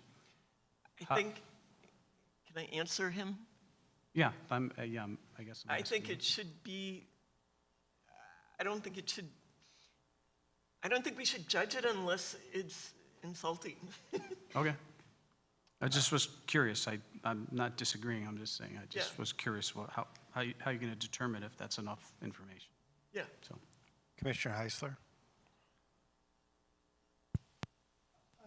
No, I have no comment. I think it's a good idea. Commissioner Jacobson? I just think that if the person who's making that motion to add that agenda item, that they would do their due diligence, and I would assume that they would be professional enough to provide the appropriate information that would be necessary for discussion. Commissioner Johnson? Yes, I agree that I think this is very helpful. We've had some items on the agenda that didn't make sense by just a title or just a line. So more information is very helpful. Commissioner Nissenson? I could only think there's gonna be some topic that comes up that maybe, and I can't think of it now, but I'm just saying, there could be a topic that comes up that there's no supporting information to provide. I don't know if we completely box ourselves in with this, as opposed to, do we give the option? I like the idea, but do we give the option of, say, of if you bring it to an agenda and acknowledging I'm not bringing any supporting items versus just discussing? I don't know. I feel like completely boxing it in is potentially Can I respond to that, Fred, troublesome. please? We'll go around again. So, I mean, wait, just so you know, I'm for the idea. okay, so I think that this is something that we already do, and Jason adds things when there's an agenda item. He puts supporting information with it. If it's something pertinent to something that we're asking about, he adds that in there. So I think that's already happening. I'm not sure what would substantively change by making a formal motion about it, because I think it's already what we do. And if we had something come up that we wanted more information, and we would probably vote that we want more information, like you kind of did by bringing something up again with old business. So I'm not sure there's really a big need for this, but I think that's what we do. So we're We'll going to go around again. So Commissioner Hickey?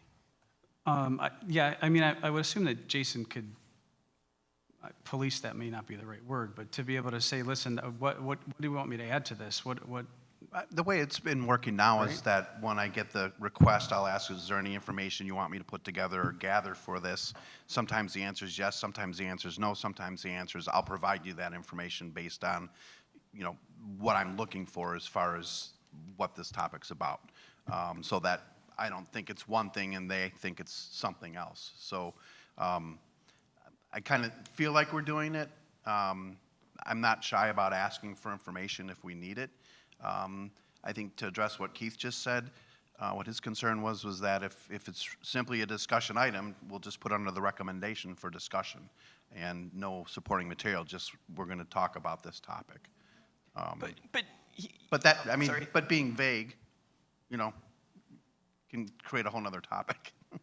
Wasn't intended. Commissioner Cagle? If you don't have any information, you could just say, this is of interest to me and I would like to discuss it. And I think that would be fine. I mean, we're not gonna, I'm not asking anyone to go and find research papers and put them in here. I don't want to read them, you know?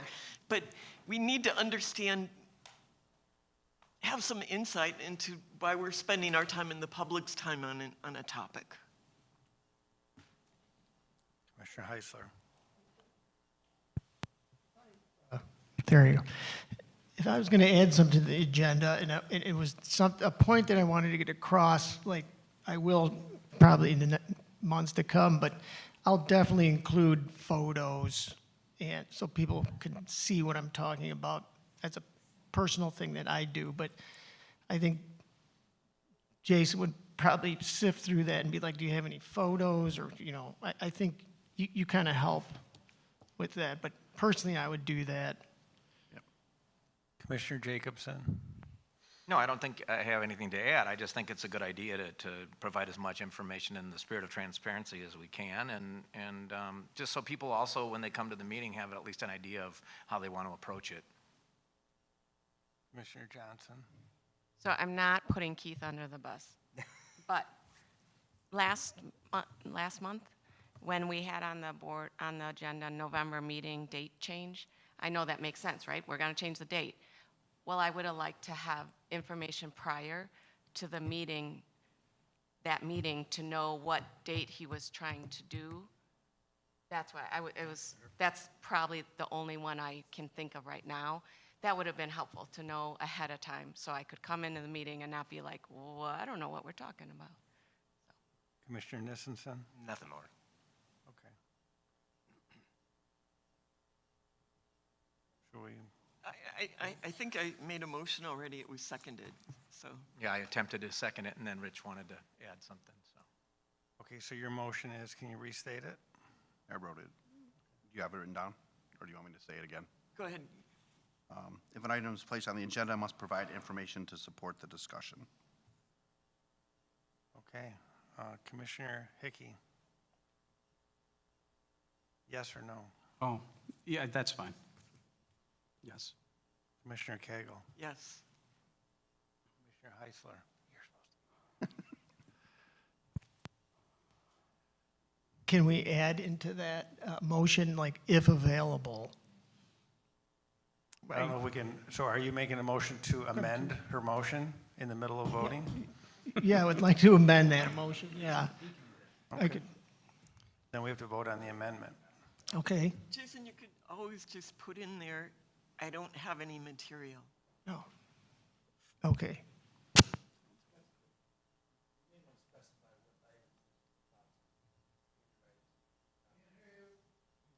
Yeah, I couldn't hear either. You might want to determine what items this will apply to. The standard items seem to be self-evident, right? Yeah, I would think this would be items coming from board members that aren't, I'll say, the standard business of the Park District.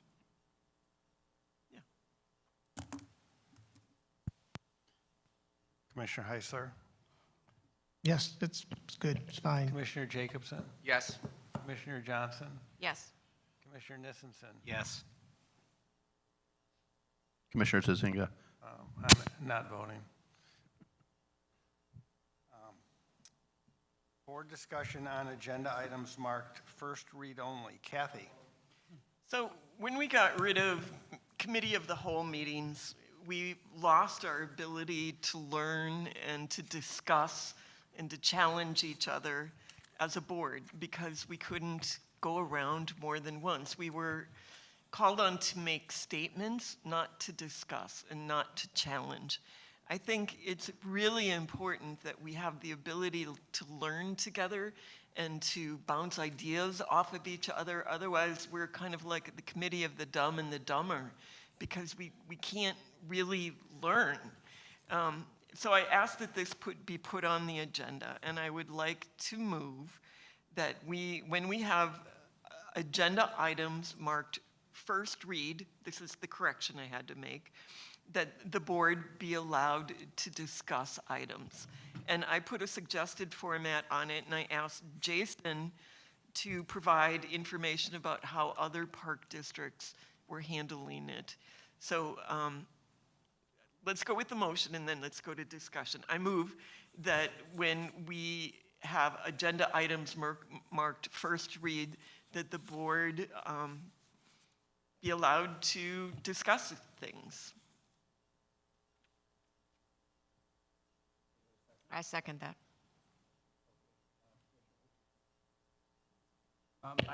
I don't have any comment about it. I think we're kind of, was today a little bit more like that? Today was so much better. Okay, all right, good. I really like the Cary Park District statement. It's number 6.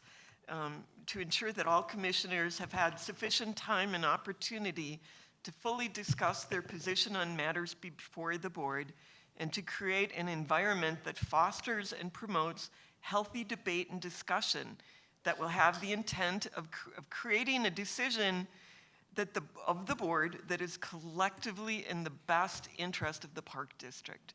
That's a beautiful statement. That's what I would like to see our discussions do. I would like us to be able to go around and ask questions of each other, not interrupt each other, and go around as many times as we need. I think that would be a terrific advancement for how this board functions. Commissioner Heisler. I agree. I mean, I don't really have a comment. I think that's something good to do. Commissioner Jacobson. Every other board that I've ever been a member of, that's basically how it works. Past president, during my term here, that's kind of how it worked, especially when we had committee of the whole meetings. And I really feel like sometimes if you're going around in a circle and you're waiting for that person, you might have a thought that you would like to get out there that might slip your mind, or it just doesn't naturally flow into the progression of a good, genuine discussion. And that's why I like the freedom of being able to share ideas and hearing out other people without having any kind of imposition on that. Commissioner Johnson.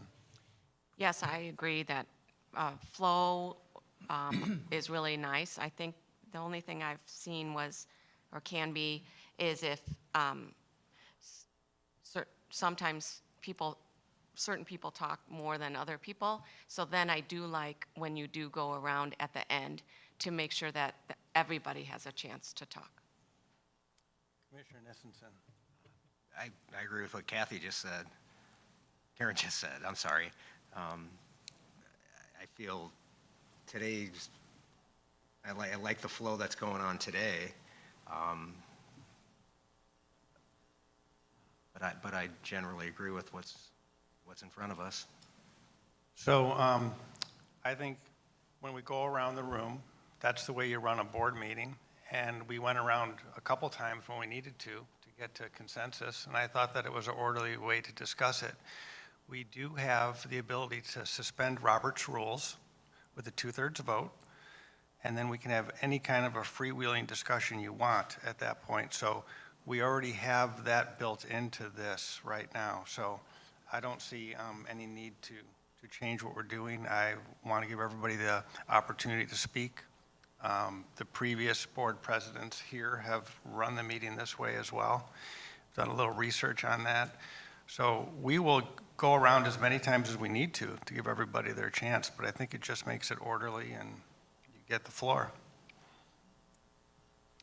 So we have a motion on the table to vote on, though. Do we not? Correct. So on a roll call. Commissioner Johnson? Yes. Commissioner Nissenson? Yes. Commissioner Cagle? I'm sorry, I didn't understand. Yes. Commissioner Heisler? Yes. Commissioner Hickey? Yes. Commissioner Jacobson? Yes. Commissioner Nzinga? No need to vote.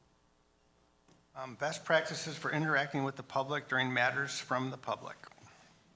It is really an honor to have our residents and concerned people come to our meetings. It is in our best interest to listen to them and give them time to talk. There is, of course, order that should be followed, and there are laws that we need to recognize and follow under Open Meetings Act.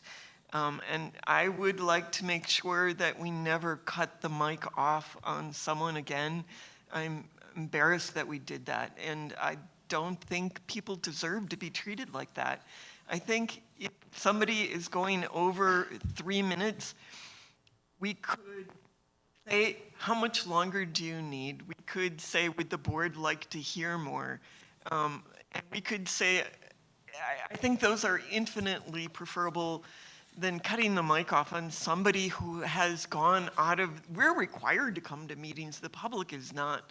We're honored to have them, and our job is to listen. So I'd like to say, let's never, ever cut the mic off on someone before, again. Also, it is not legal to require addresses, and under best practices for matters from the public, it's suggested that whoever is chairing the meeting recite the guidelines for matters from the public before opening the mic, saying you'll have 3 minutes, please state your name, you don't have to give your address, and welcome people up. I think that's really all we need to do.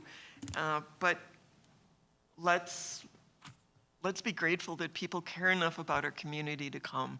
So I would like to, I think in best practices, we can also talk about that 30-minute limit we have in our general practices meeting. I think that is poor form. I think, I believe it was brought up tonight that it could even be illegal in the Open Meetings Act, that we cannot restrict time. So I would like to make 2 motions. My first motion would be that speakers are asked to keep to 3 minutes per person unless extended by the board. I think, so we have it in here, unless extended by the board. So maybe we don't need to change that one at all, but can I ask you a question, Fred? Would you ask the board next time if it's going over 3 minutes?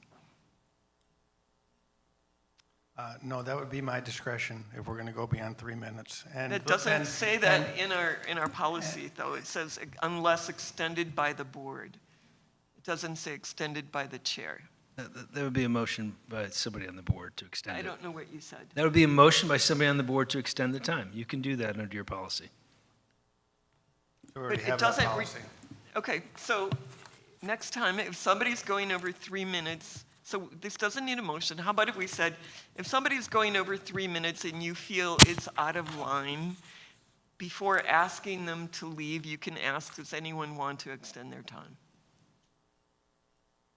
I think that's what our policy is. And yes, I can do that. That would be great. I would appreciate that. Thank you. And then I would like to make a motion to delete in our general practices manual policy 5.17 on public input, item D, I would like to remove the line that says the total amount of time allotted for public comment at a particular meeting is 30 minutes. So I would like to delete that, please. I would second that motion. Okay, Commissioner Hickey.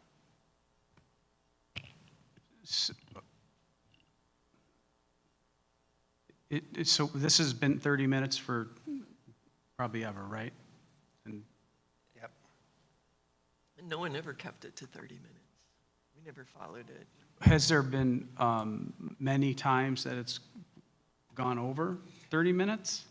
The meetings this year and the meetings on the peer policy in 2018 and 19. That was That was it. During the gay games issue. Pardon? The gay games issue. Gay games? Yeah, That it was went before over. my time. Right. I guess what I would say is that if there are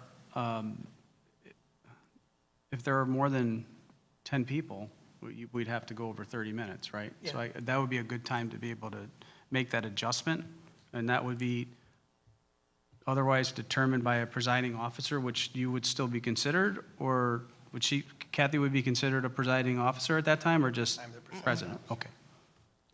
So I think it's maybe, sorry, are you done? I'm Well, sorry. no, I apologize. just was trying to determine how long, I guess, we would have public comment. Would there be a maximum? Would you be able to say, in light of keeping meetings timely, would there be a maximum that you would think that would be acceptable, or just eliminate it and just trying to get a full understanding, that's all? We've always allowed, so this isn't a direct answer. I think we should just allow people to speak because usually we only have 1 or 2 people at a board meeting. And if it's a hot topic, then we really should listen to people. You do need a rule to stop it at some point. It's never gone over it. Okay, After 60 minutes? I mean, I don't know. I'm trying to get a sense of where you're, besides eliminating it, or would there be a maximum time limit that would be better suited? 45 minutes, for example, or 60 minutes, or? I think if you don't have that, you're introducing the filibuster is what you're saying. Yeah, that's what I would be okay with 60 minutes.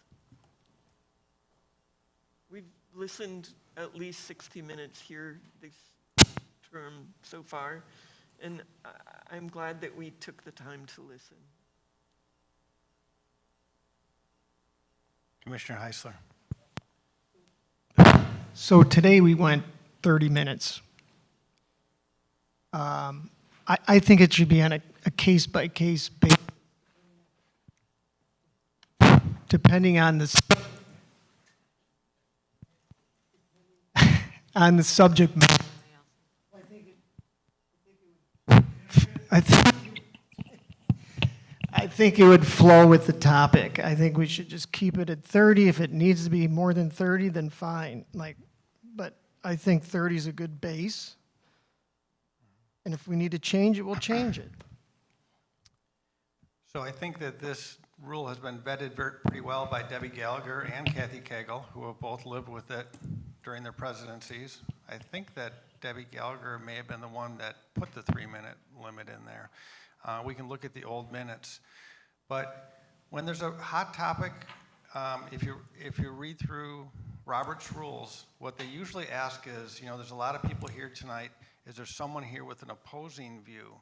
Like if everybody's got the same comment to make, they want to give people with an opposing comment time to make it too. So that's provided for in Robert's rules when you read through it. It's kind of interesting to see how they tackle these certain topics. So for the last 5 meetings or 4 meetings that I've presided over, we've had no time limit. And we've had some pretty long meetings. We've got out of here at 11:30 at night. We've broken some records for board meetings. And I think that we have been very receptive to public comment, and we have definitely not shortchanged anyone. So I don't see a need to change anything that we're doing right now. Commissioner Jacobson. I think that it just should be the discretion of the board. If the board feels, the majority feels that more people need to be heard, then I think that should be up to our discretion.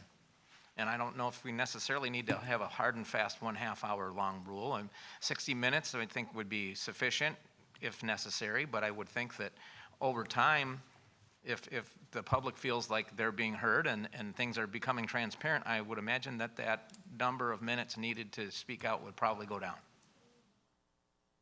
Commissioner Johnson. Yes, looking at some of these other, what other boards do, I do like the thought of, for sure, if there's 20 people on there that want to talk, that we should let them. But I do also like, I think it's the there was a 5-minute, so like, we say 3 minutes, well, they could talk for 10 minutes, right? But I think to keep them so that other people want to talk, that 3 to 5 minutes, you know, like if we do extend it, it goes to 5 minutes, not to another 10 minutes and stuff per person. Commissioner Nissenson. I agree with what Jason said and Mike said. I think it should just be discretionary based upon the sign-up list, the number of people that want to speak. If there's 20 people, I think we can clearly upfront address the fact that we're going to go over 30 minutes,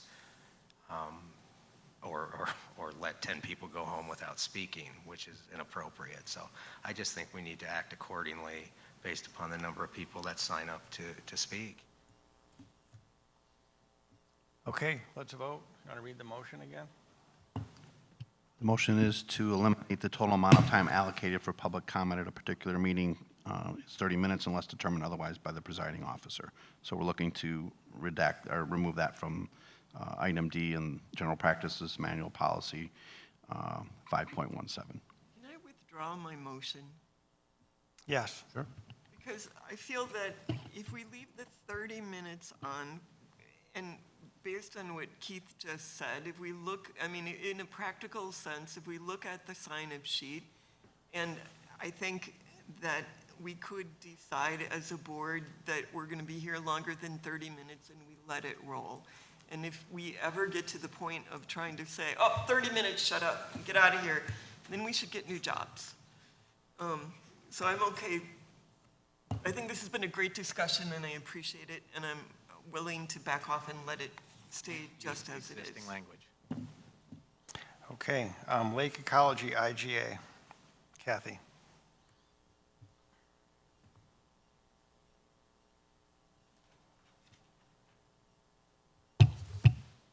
Kathy, floor is yours. Sorry.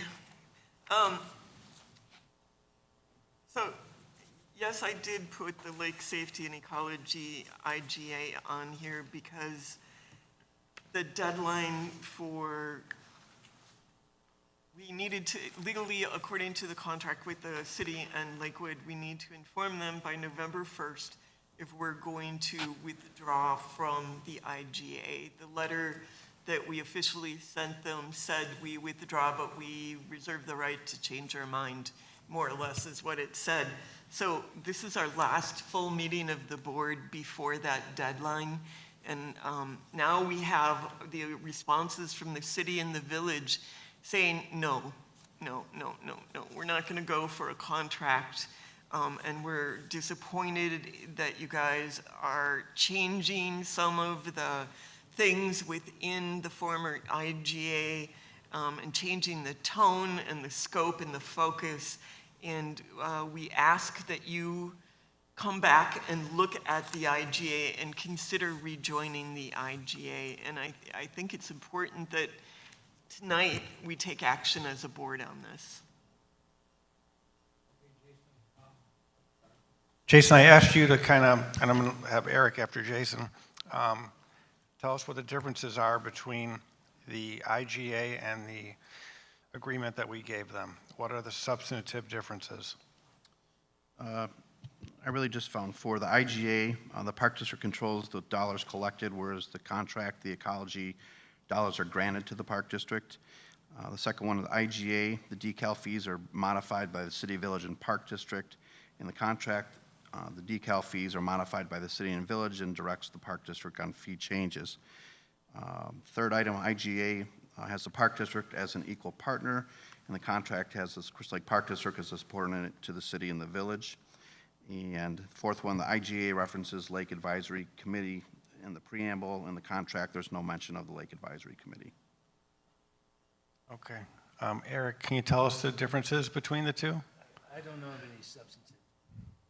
I don't see any substantive differences. So I'm left guessing what they mean by conveniences and efficiencies. And I don't know what they're referring to as substantive changes, but I'm willing to be educated on any of it. Well, one other, I forgot to put at the top of my page. In the IGA, if the agreement's terminated, any fund balances goes to Lakewood for lake safety.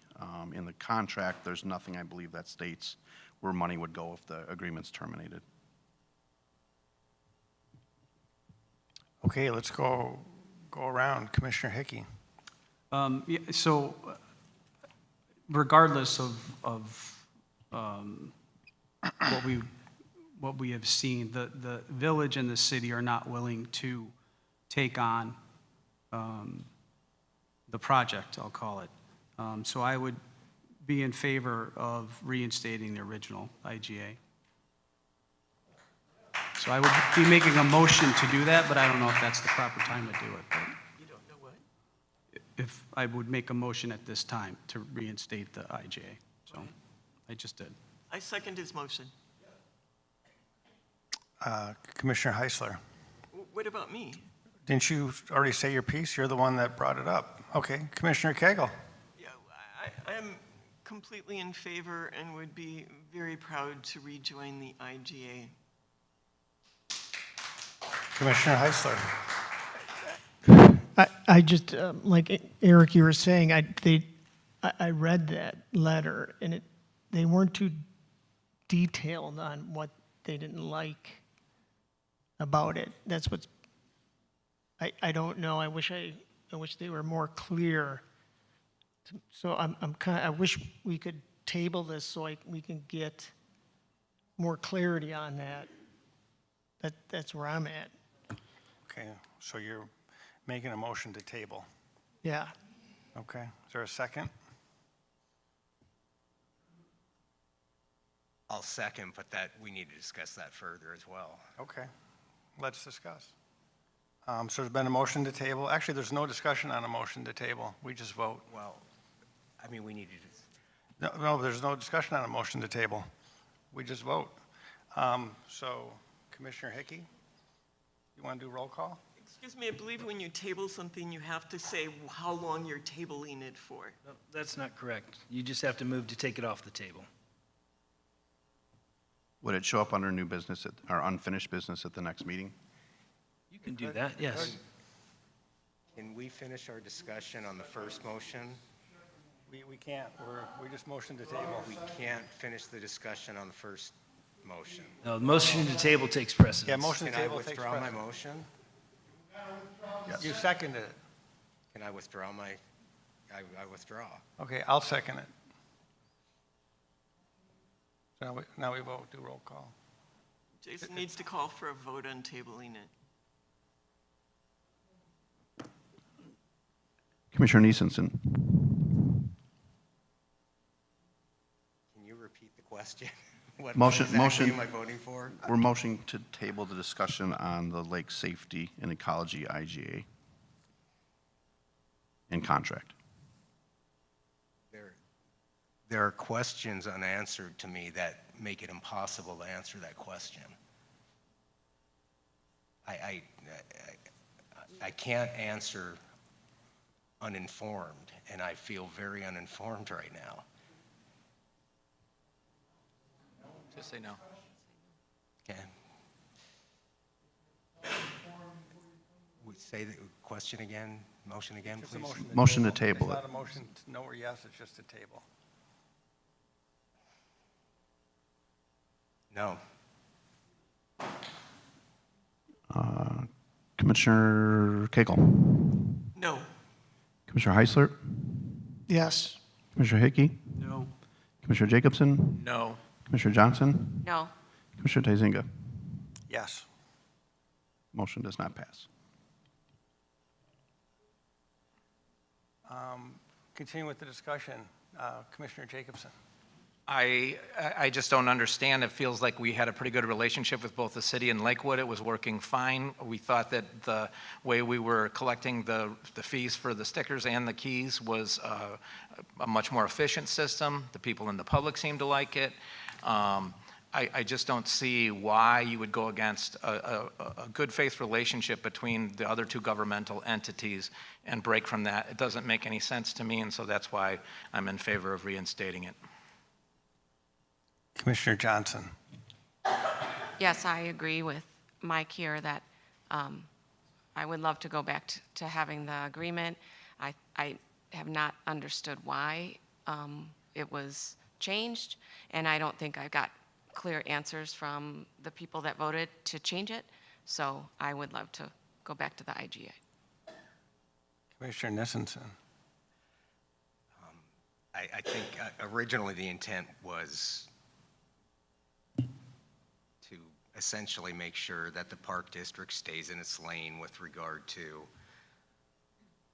its authority or lack thereof over what goes on the lake. It's the village and the city. That was the original intent of exiting the IGA and just going into an agreement. At least that's how I recall it.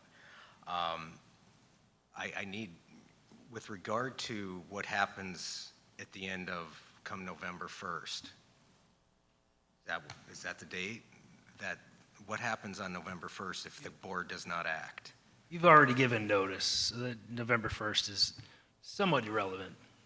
You've given notice of termination, so you had to give notice before November 1st. And then it ends December 31st. Does that mean, would I like to know, going back to Jason's motion, would I like to know what's going on in their heads, what they disagree with?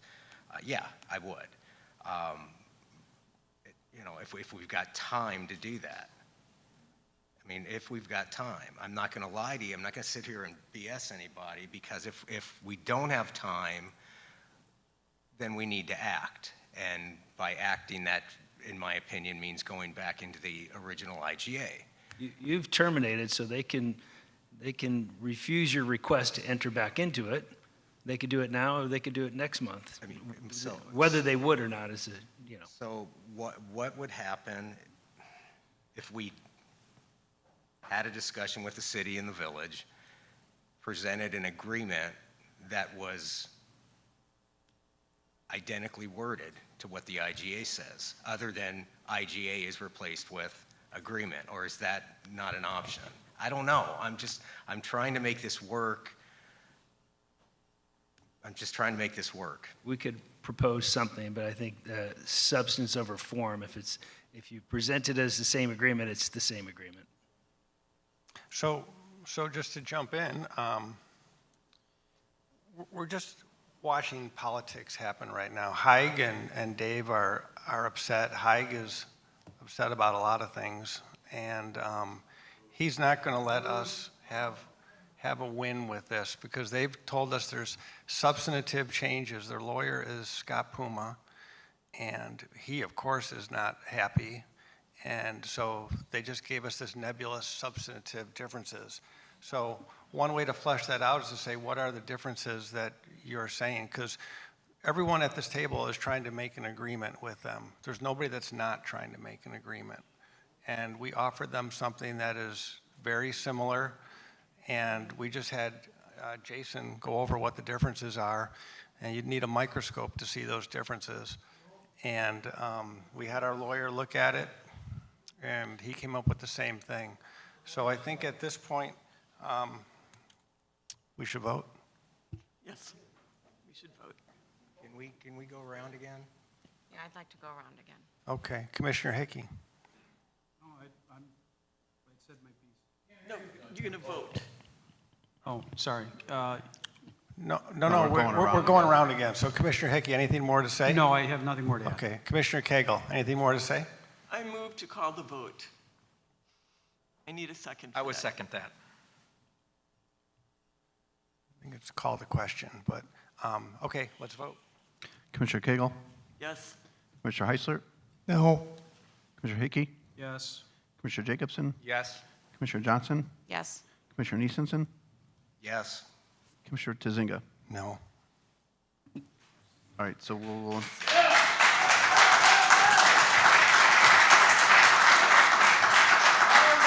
Okay, the next item is paving of Lippold Park. Eric, real quick, do we need to send a formal letter, or do I just need to inform them that to rescind to remove our non-removal letter? I think either would work. Why don't you just ask them what they prefer? Okay. Paving of Lippold Park, I think Commissioner Nissenson, this is yours.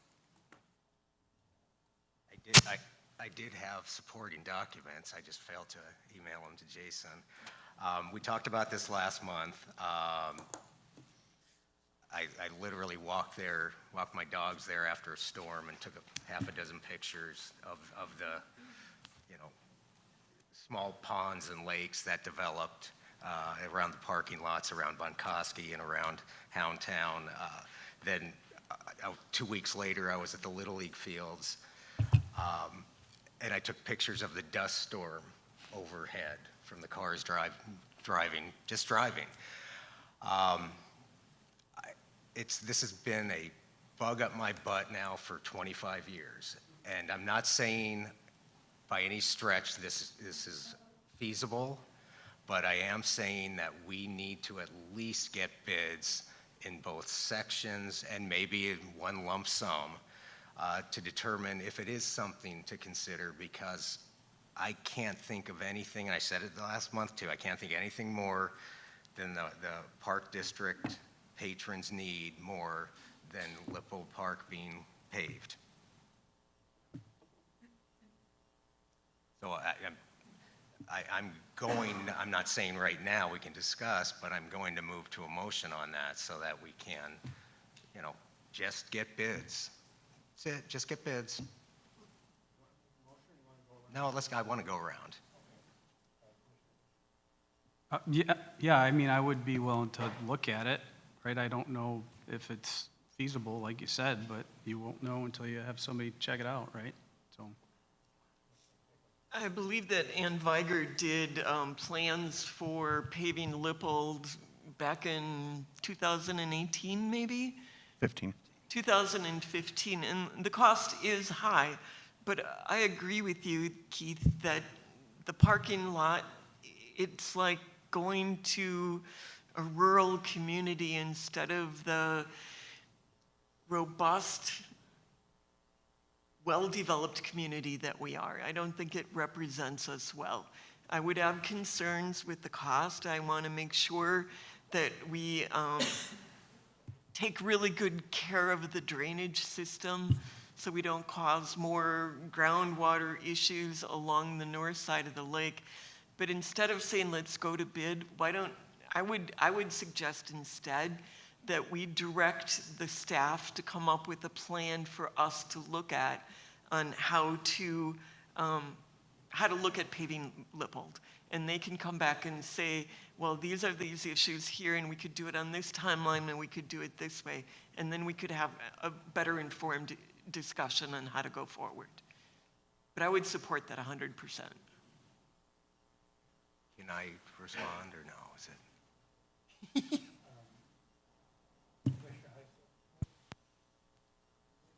I hate to assume, but I think that you'd probably do that in the process of the bidding, probably. But yeah, that's a good idea. I can explain the process once we get through Yeah, comment. okay. Jason enlightened me a lot about what went on in 2015, and that's standard. It was expensive, no question. We definitely need to get an engineer involved with regard to drainage. The good news is North Shore area went through a huge drainage refurbishment, if you will, about 3 years ago. And it puts us in a good position in that regard. But I am in the mindset of following what you said, Kathy, putting it in Jason's hands to start and his staff and have it go down that path. Commissioner Johnson. Yes, I would love to see, we know it costs money, but how is there a way to do it? I mean, this is something obviously with the 10-year plan that would have been good to put on or thought about. I mean, we thought about it, but, it's not on the 10-year plan, so we all have to remember that when we made these levy choices and how much money we want to get. So there might be a high cost. Commissioner Jacobson. I'd like to know what the constraints are in terms of like the cost and the drainage, but there's another alternative, possibly a different type of material that maybe doesn't create as much dust, that would be a little bit less costly. I'd like to know what other options and alternatives there might be in addition to just paving it and redoing the drainage. If there's a more affordable way to do it, maybe. So Commissioner Nicholson, do you want to make your motion now that you've heard everybody's thoughts and sharpen it up the way you want it? I am okay with taking the first step with Jason and staff, assuming you want that. Yeah, I don't think we're opposed to this. I think it's something everyone frankly would love to see, but cost has been prohibitive in the past. The flooding situation on the North Shore in the past has been a concern.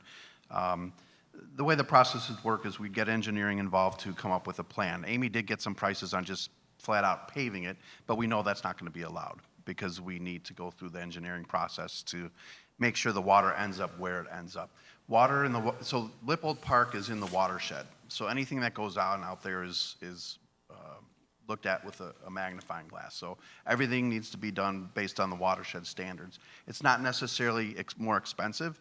It's just a process that we have to make sure that the proper drainage is put in, curb and gutters put in where it needs to be put in order to get the water to go where it needs to go, which the end game there is in the Lippold wetlands. All the water within Lippold Park flows to the wetlands for the most part. There's a few other spots that it doesn't. Keith had mentioned the improvements that were made on the North Shore. If we were talking about this 5 or 6 years ago, this would probably be a huge issue for those on the North Shore. It may still be, but I don't know that it's going to be as big an issue as it was in the past because the improvements the city made, from all accounts that I've heard, are working exceptionally well. So we'd have to get engineering involved, be cognizant of the fact that we're building in the watershed, North Shore flooding concerns. In 2015, the price tag, this was just a rough estimate, was $2.9 million to pave everything that's not paved out there. And then, again, any environmental concerns we have to look at. Options, Mike brought up possible different options than just paving.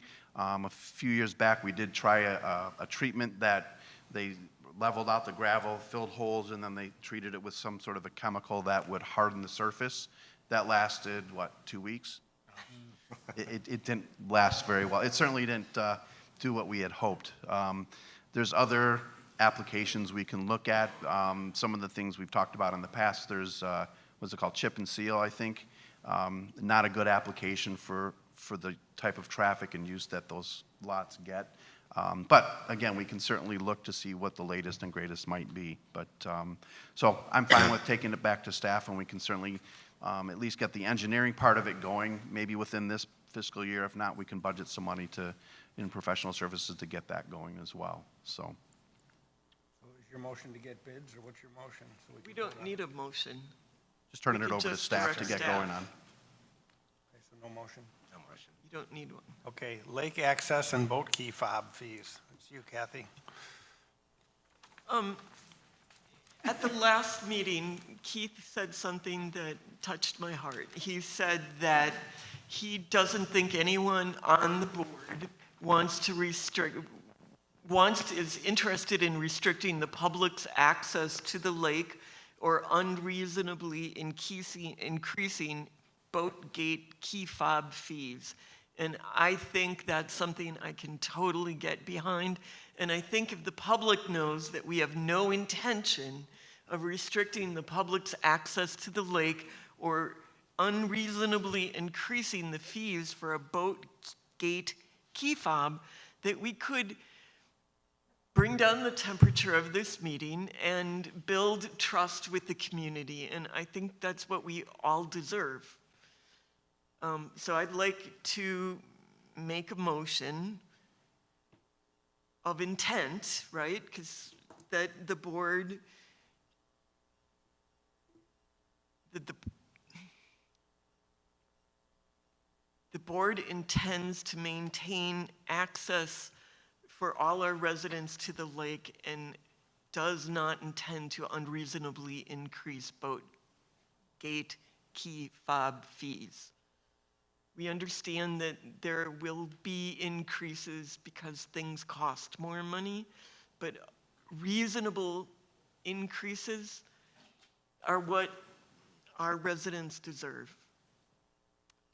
because it means that we're not restricting access to the lake. Commissioner Hickey?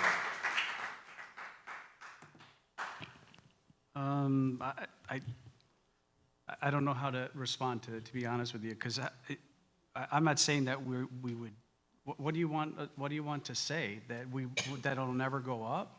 No, What's the purpose of- reasonable. And am I defining reasonable as no more than 20%? No, because I don't know what future boards will be faced with. But you know in your heart that doubling something is unreasonable, but you know. Yes, I would agree with that. Right? That Yeah, like that's unreasonable. 15% is probably reasonable. Yeah, I think an issue with capping it would be difficult only because if there is a major expenditure, as in both launches somehow go out, earthquake, whatever it would be, obviously that's not very likely, but you could have a large Capital expense. expenditure that you need to figure out if it's going to be a 1-year expense or a 2-year or maybe forever. So I don't know that I would want to, I would certainly agree with you that unreasonable, but I don't know how you quantify that. I think just by intent. I think this is more a motion of intent than quantifiable things. Commissioner Heisler? Mean like emotional understanding. We all understand. Yes. And I think it would, like you said, in the future, board members or staff, if something like you were saying, the concrete pad just cracked in half, I'm sure you would advise the board at that time that makes sense. Likely be an emergency type of. Yeah.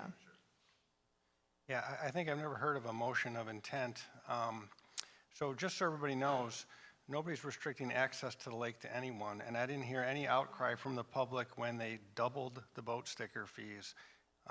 And if anything would be thought to restrict access to the lake, would be doubling the boat sticker fees. And if you look at the money that was collected last year, $101,000 just from boat stickers, 36.9 went to the Lakewood Police to patrol the lake, and then about another 35 or so went to operating the weed machine and chemicals for the lake to get rid of the weeds. So we have a $37,000 overage, and we have the same 37 from last year. So we've got about 70,000 there. I would say that whoever made the boat keys cost $90. Maybe they were trying to restrict people's access to the lake. That has nothing to do with this board. We didn't do that. We didn't make it $90. But to say that we're never going to raise the boat gate key, that seems short-sighted. I mean, I wish someone would have made a motion that we're not going to increase people's taxes. People might like a motion like that, like, we ain't going to do it. But I don't hear anybody talking about that. So also thinking that the boat gate key has anything to do with how many people buy boat gate keys. We've seen that the number of boat gate keys has been increasing, even though the stickers have gotten so expensive now. So there doesn't seem to be a limit to people's appetite to recreate on the lake. And that's good, because that gives us money to not use taxpayer money and take care of the weeds with non-taxpayer money, user fee money. And so that could be a model for a lot of our services that we do. The people that use the lake are paying for the lake, and that's a nice way to have it right now. Now, if we saw that, oh gee, only 30 people bought boat gate keys this year because they all say it's too expensive to have a boat gate key, then we could say maybe we have a problem here, but we don't have that problem at all. Commissioner Nissenson. Nothing to add. Commissioner Johnson. I don't really have anything to add. Commissioner Jacobson. The only thing I want to respond to is that you said that the fee for the stickers doubled. Is that in all categories of boats? I think it went up more than double in some categories. Okay, but not all categories of boats. It didn't double in every single category. No. No. I think it about did. That's a big difference. That's a real big difference, because larger horsepowers create more problems when it comes to some of the things with the weeds and everything else. And so that's why our intent was to offset some of the cost of our weed machine or whatever, the harvester. So I just want to clarify that that's not a double in all of the boat stickers.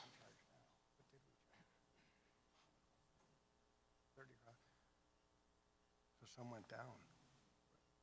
So actually, some went down, 30 to 20, and then some went from 30 to 200.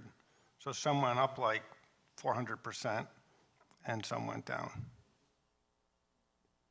Our discussion on that was based on the fact that we feel that if a person has a big, large boat like that, having a little bit of an extra cost and there's a sticker, it's really, realistically, it's not all that much. Cost to the what it costs to put gas in your boat and everything else. That was our reasoning at the time. Okay. I would say that's not a little bit. I mean, if we raised the cost of anything else in this park district by 300%, there'd be a public outcry. If we raise the price of membership to the racket club by 300%, there'd be a public outcry. Okay, should we vote, you guys? Your reasoning is not. Yes. What are we voting on? What are we voting on? It's a motion of intent.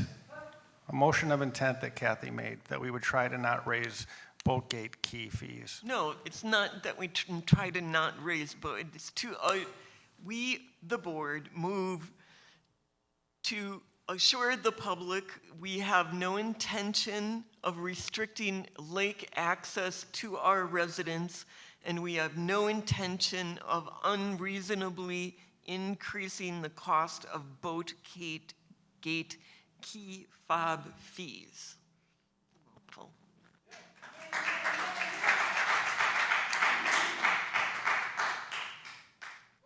Well, I would like to modify your motion to say that, I would like to modify the motion to say that, I'd like to make a motion that we have no intention of limiting or trying to limit people's access to the lake, period, without any mention of boat gate keys.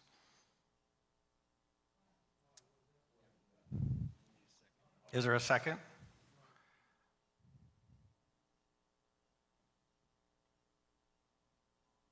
Okay, my motion fails. Let's vote. We still need a second for Kathy's, I believe. No, Mike. Keith, you want to do that one? Oh, I'll second.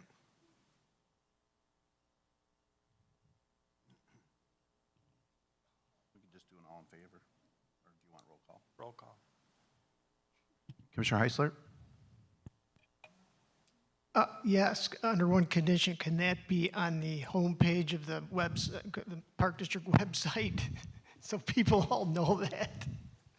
We can find a way to promote It it. seems like people just aren't paying attention, and see it all over social media.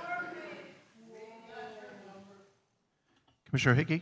Yes. Say all people. Commissioner Jacobson? Yes. Commissioner Johnson? Yes. Commissioner Neesensen? In my defense, when I brought this up last month, nobody applauded. Yes. Commissioner Cagle? Yes. Commissioner Tazinga? No vote.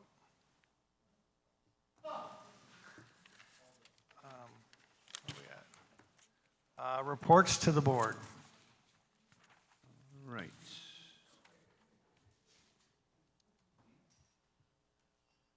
Any reports to the board? Yep, I've got some update.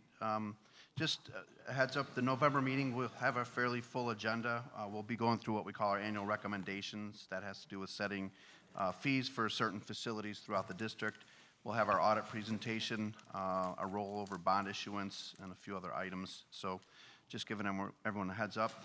And I'll also be sending out, if anyone's interested in attending the Illinois Park and Recreation Association State Conference in January, the information and registration is open. So we'll get that out to everybody if anyone is interested in attending. So that's all I had. Eric, did you have anything? Amy, anything to update? No update. Kurt? Jen? See what I get. Eric?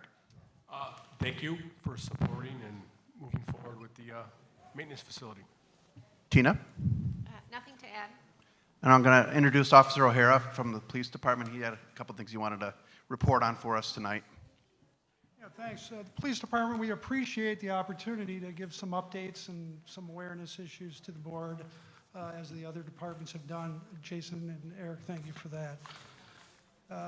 One of the things as we come to the end of the season here, and this may be informative for some of the new board members, the Park Police has a rich history of a motorcycle unit. We've had that for over 30 years. Now that we're the end of December, or end of October rather. That's winding down, but it was a successful season. In addition to our normal motorcycle patrols, and by the way, the motorcycle unit is 2 officers in training, myself, and 2 Harley-Davidson motorcycles. We did the event at the Night Out. We were definitely the standout display there, in my opinion. The movie in the park, the Friday the 13th, we did it a little different this year when we reenacted the final scene. Instead of driving a squad car down to the water's edge, we took a police motorcycle and went through the park, and it was great. A lot of compliments on that. The movie in the park night, that was more recently. We ride the Memorial Day Parade, and of course we do the Lakeside Festival and the fireworks perimeter area patrol. Hand out a lot of the plastic badges to kids. It's always that's always a lot of fun. We get some of those plastic badges. If you haven't seen them, we hand out a lot of these. We always get a couple of parents. It seems to be moms that ask if this will get them out of a speeding ticket. We tell them it would be fun to try, and we're happy to give them one too.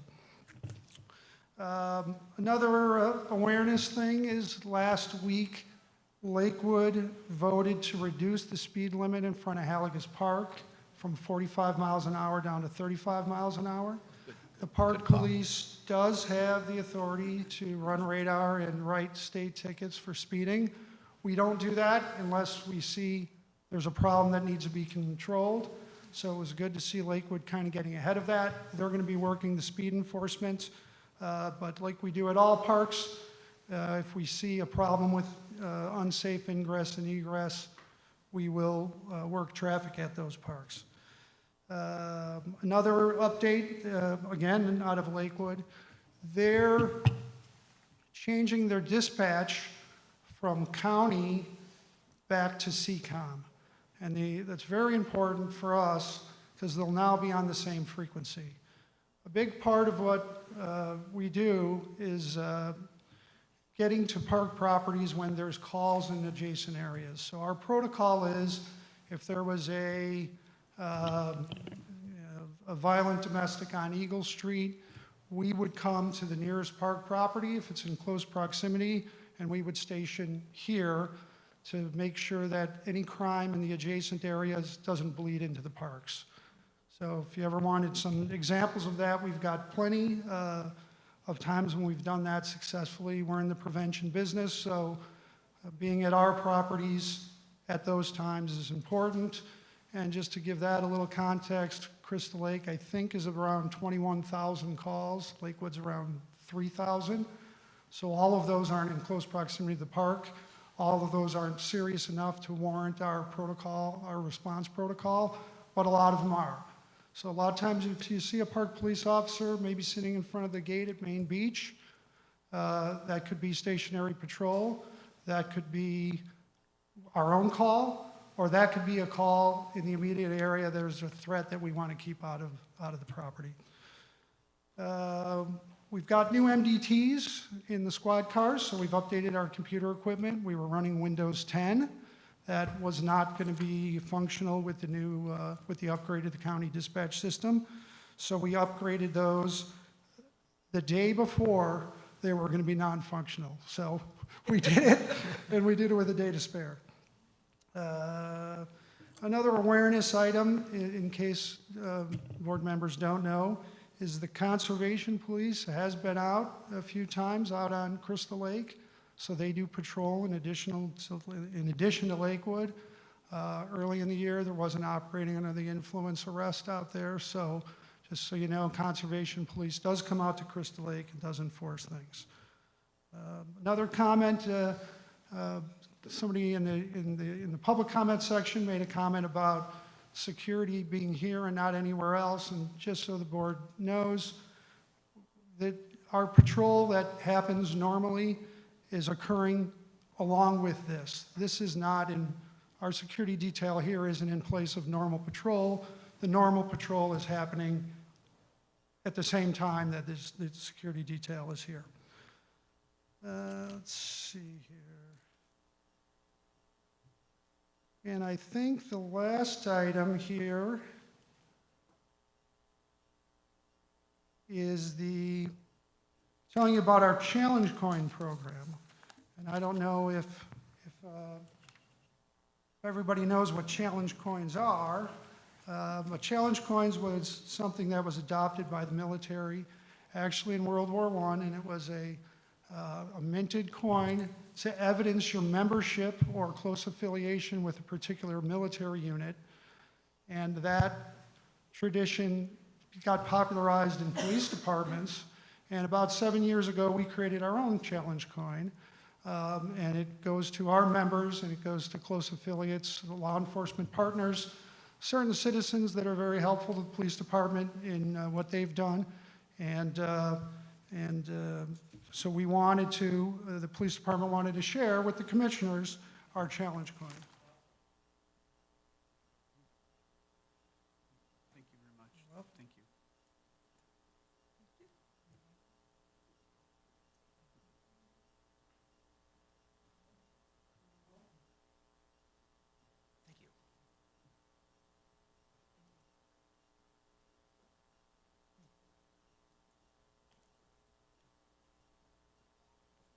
And you'll notice that's our second series coin. You'll notice on the back, it's a 100-year anniversary. Last year was our 100 years, so the Park Police Department is 101 years old. So, and I've been here for 24 of it, so that's so about a quarter. That's all our updates, and we'd appreciate the chance to continue to provide updates and awareness items. Thank you. Thank you.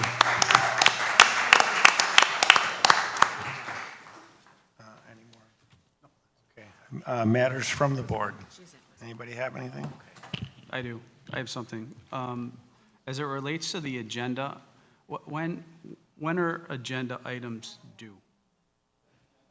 So 48 hours. I put a schedule out today for the next 2 months, so you should get that in an email. As far as the agenda going out, we have to post it 48 hours prior to the meeting, so we can add things up to that point. But if there's information that has to be gathered and put together and disseminated to the board, we'd like to get that in the board packet. Right now, the board packet's scheduled to go out 10 days prior to the meeting. We used to do 7, but the board had requested a little extra time with the new board members to get acclimated. So the deadline that I sent out today, if you can try to meet that, great. If you give us last-minute information, we can certainly pull that together most times. But the hardest part is Ann will put everything on, the whole board packet on the website, usually about the day before the 48 hours. Is that accurate? So if you're getting it to us last minute, it means Ann's doing all the work over again. So I'm just putting in a plug for Ann. And she does it with a smile. But, so if you can meet that deadline, great. But again, if there are 1 or 2 things come in after that, not a big deal, so. Okay, and then And I'm sorry, Rich, No, we'll go have, when we put the annual schedule out in January, we'll have that timeline together for everybody as well.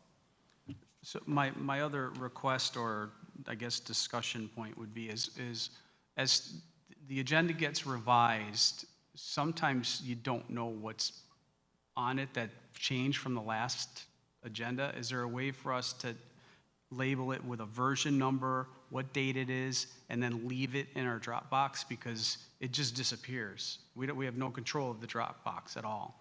It would just be nice to have them all listed here, version 1, version 2, version 3. I mean, hopefully there's only going to be one version at some point. But that would be very helpful to know that it's changed and what day it changed. Okay, yeah, we could do that. Will that add too much aggravation? Okay, awesome. Thank you. Could we even get an email saying the agenda's been, revised, look at item 7, Yep, that's no problem. That would be great.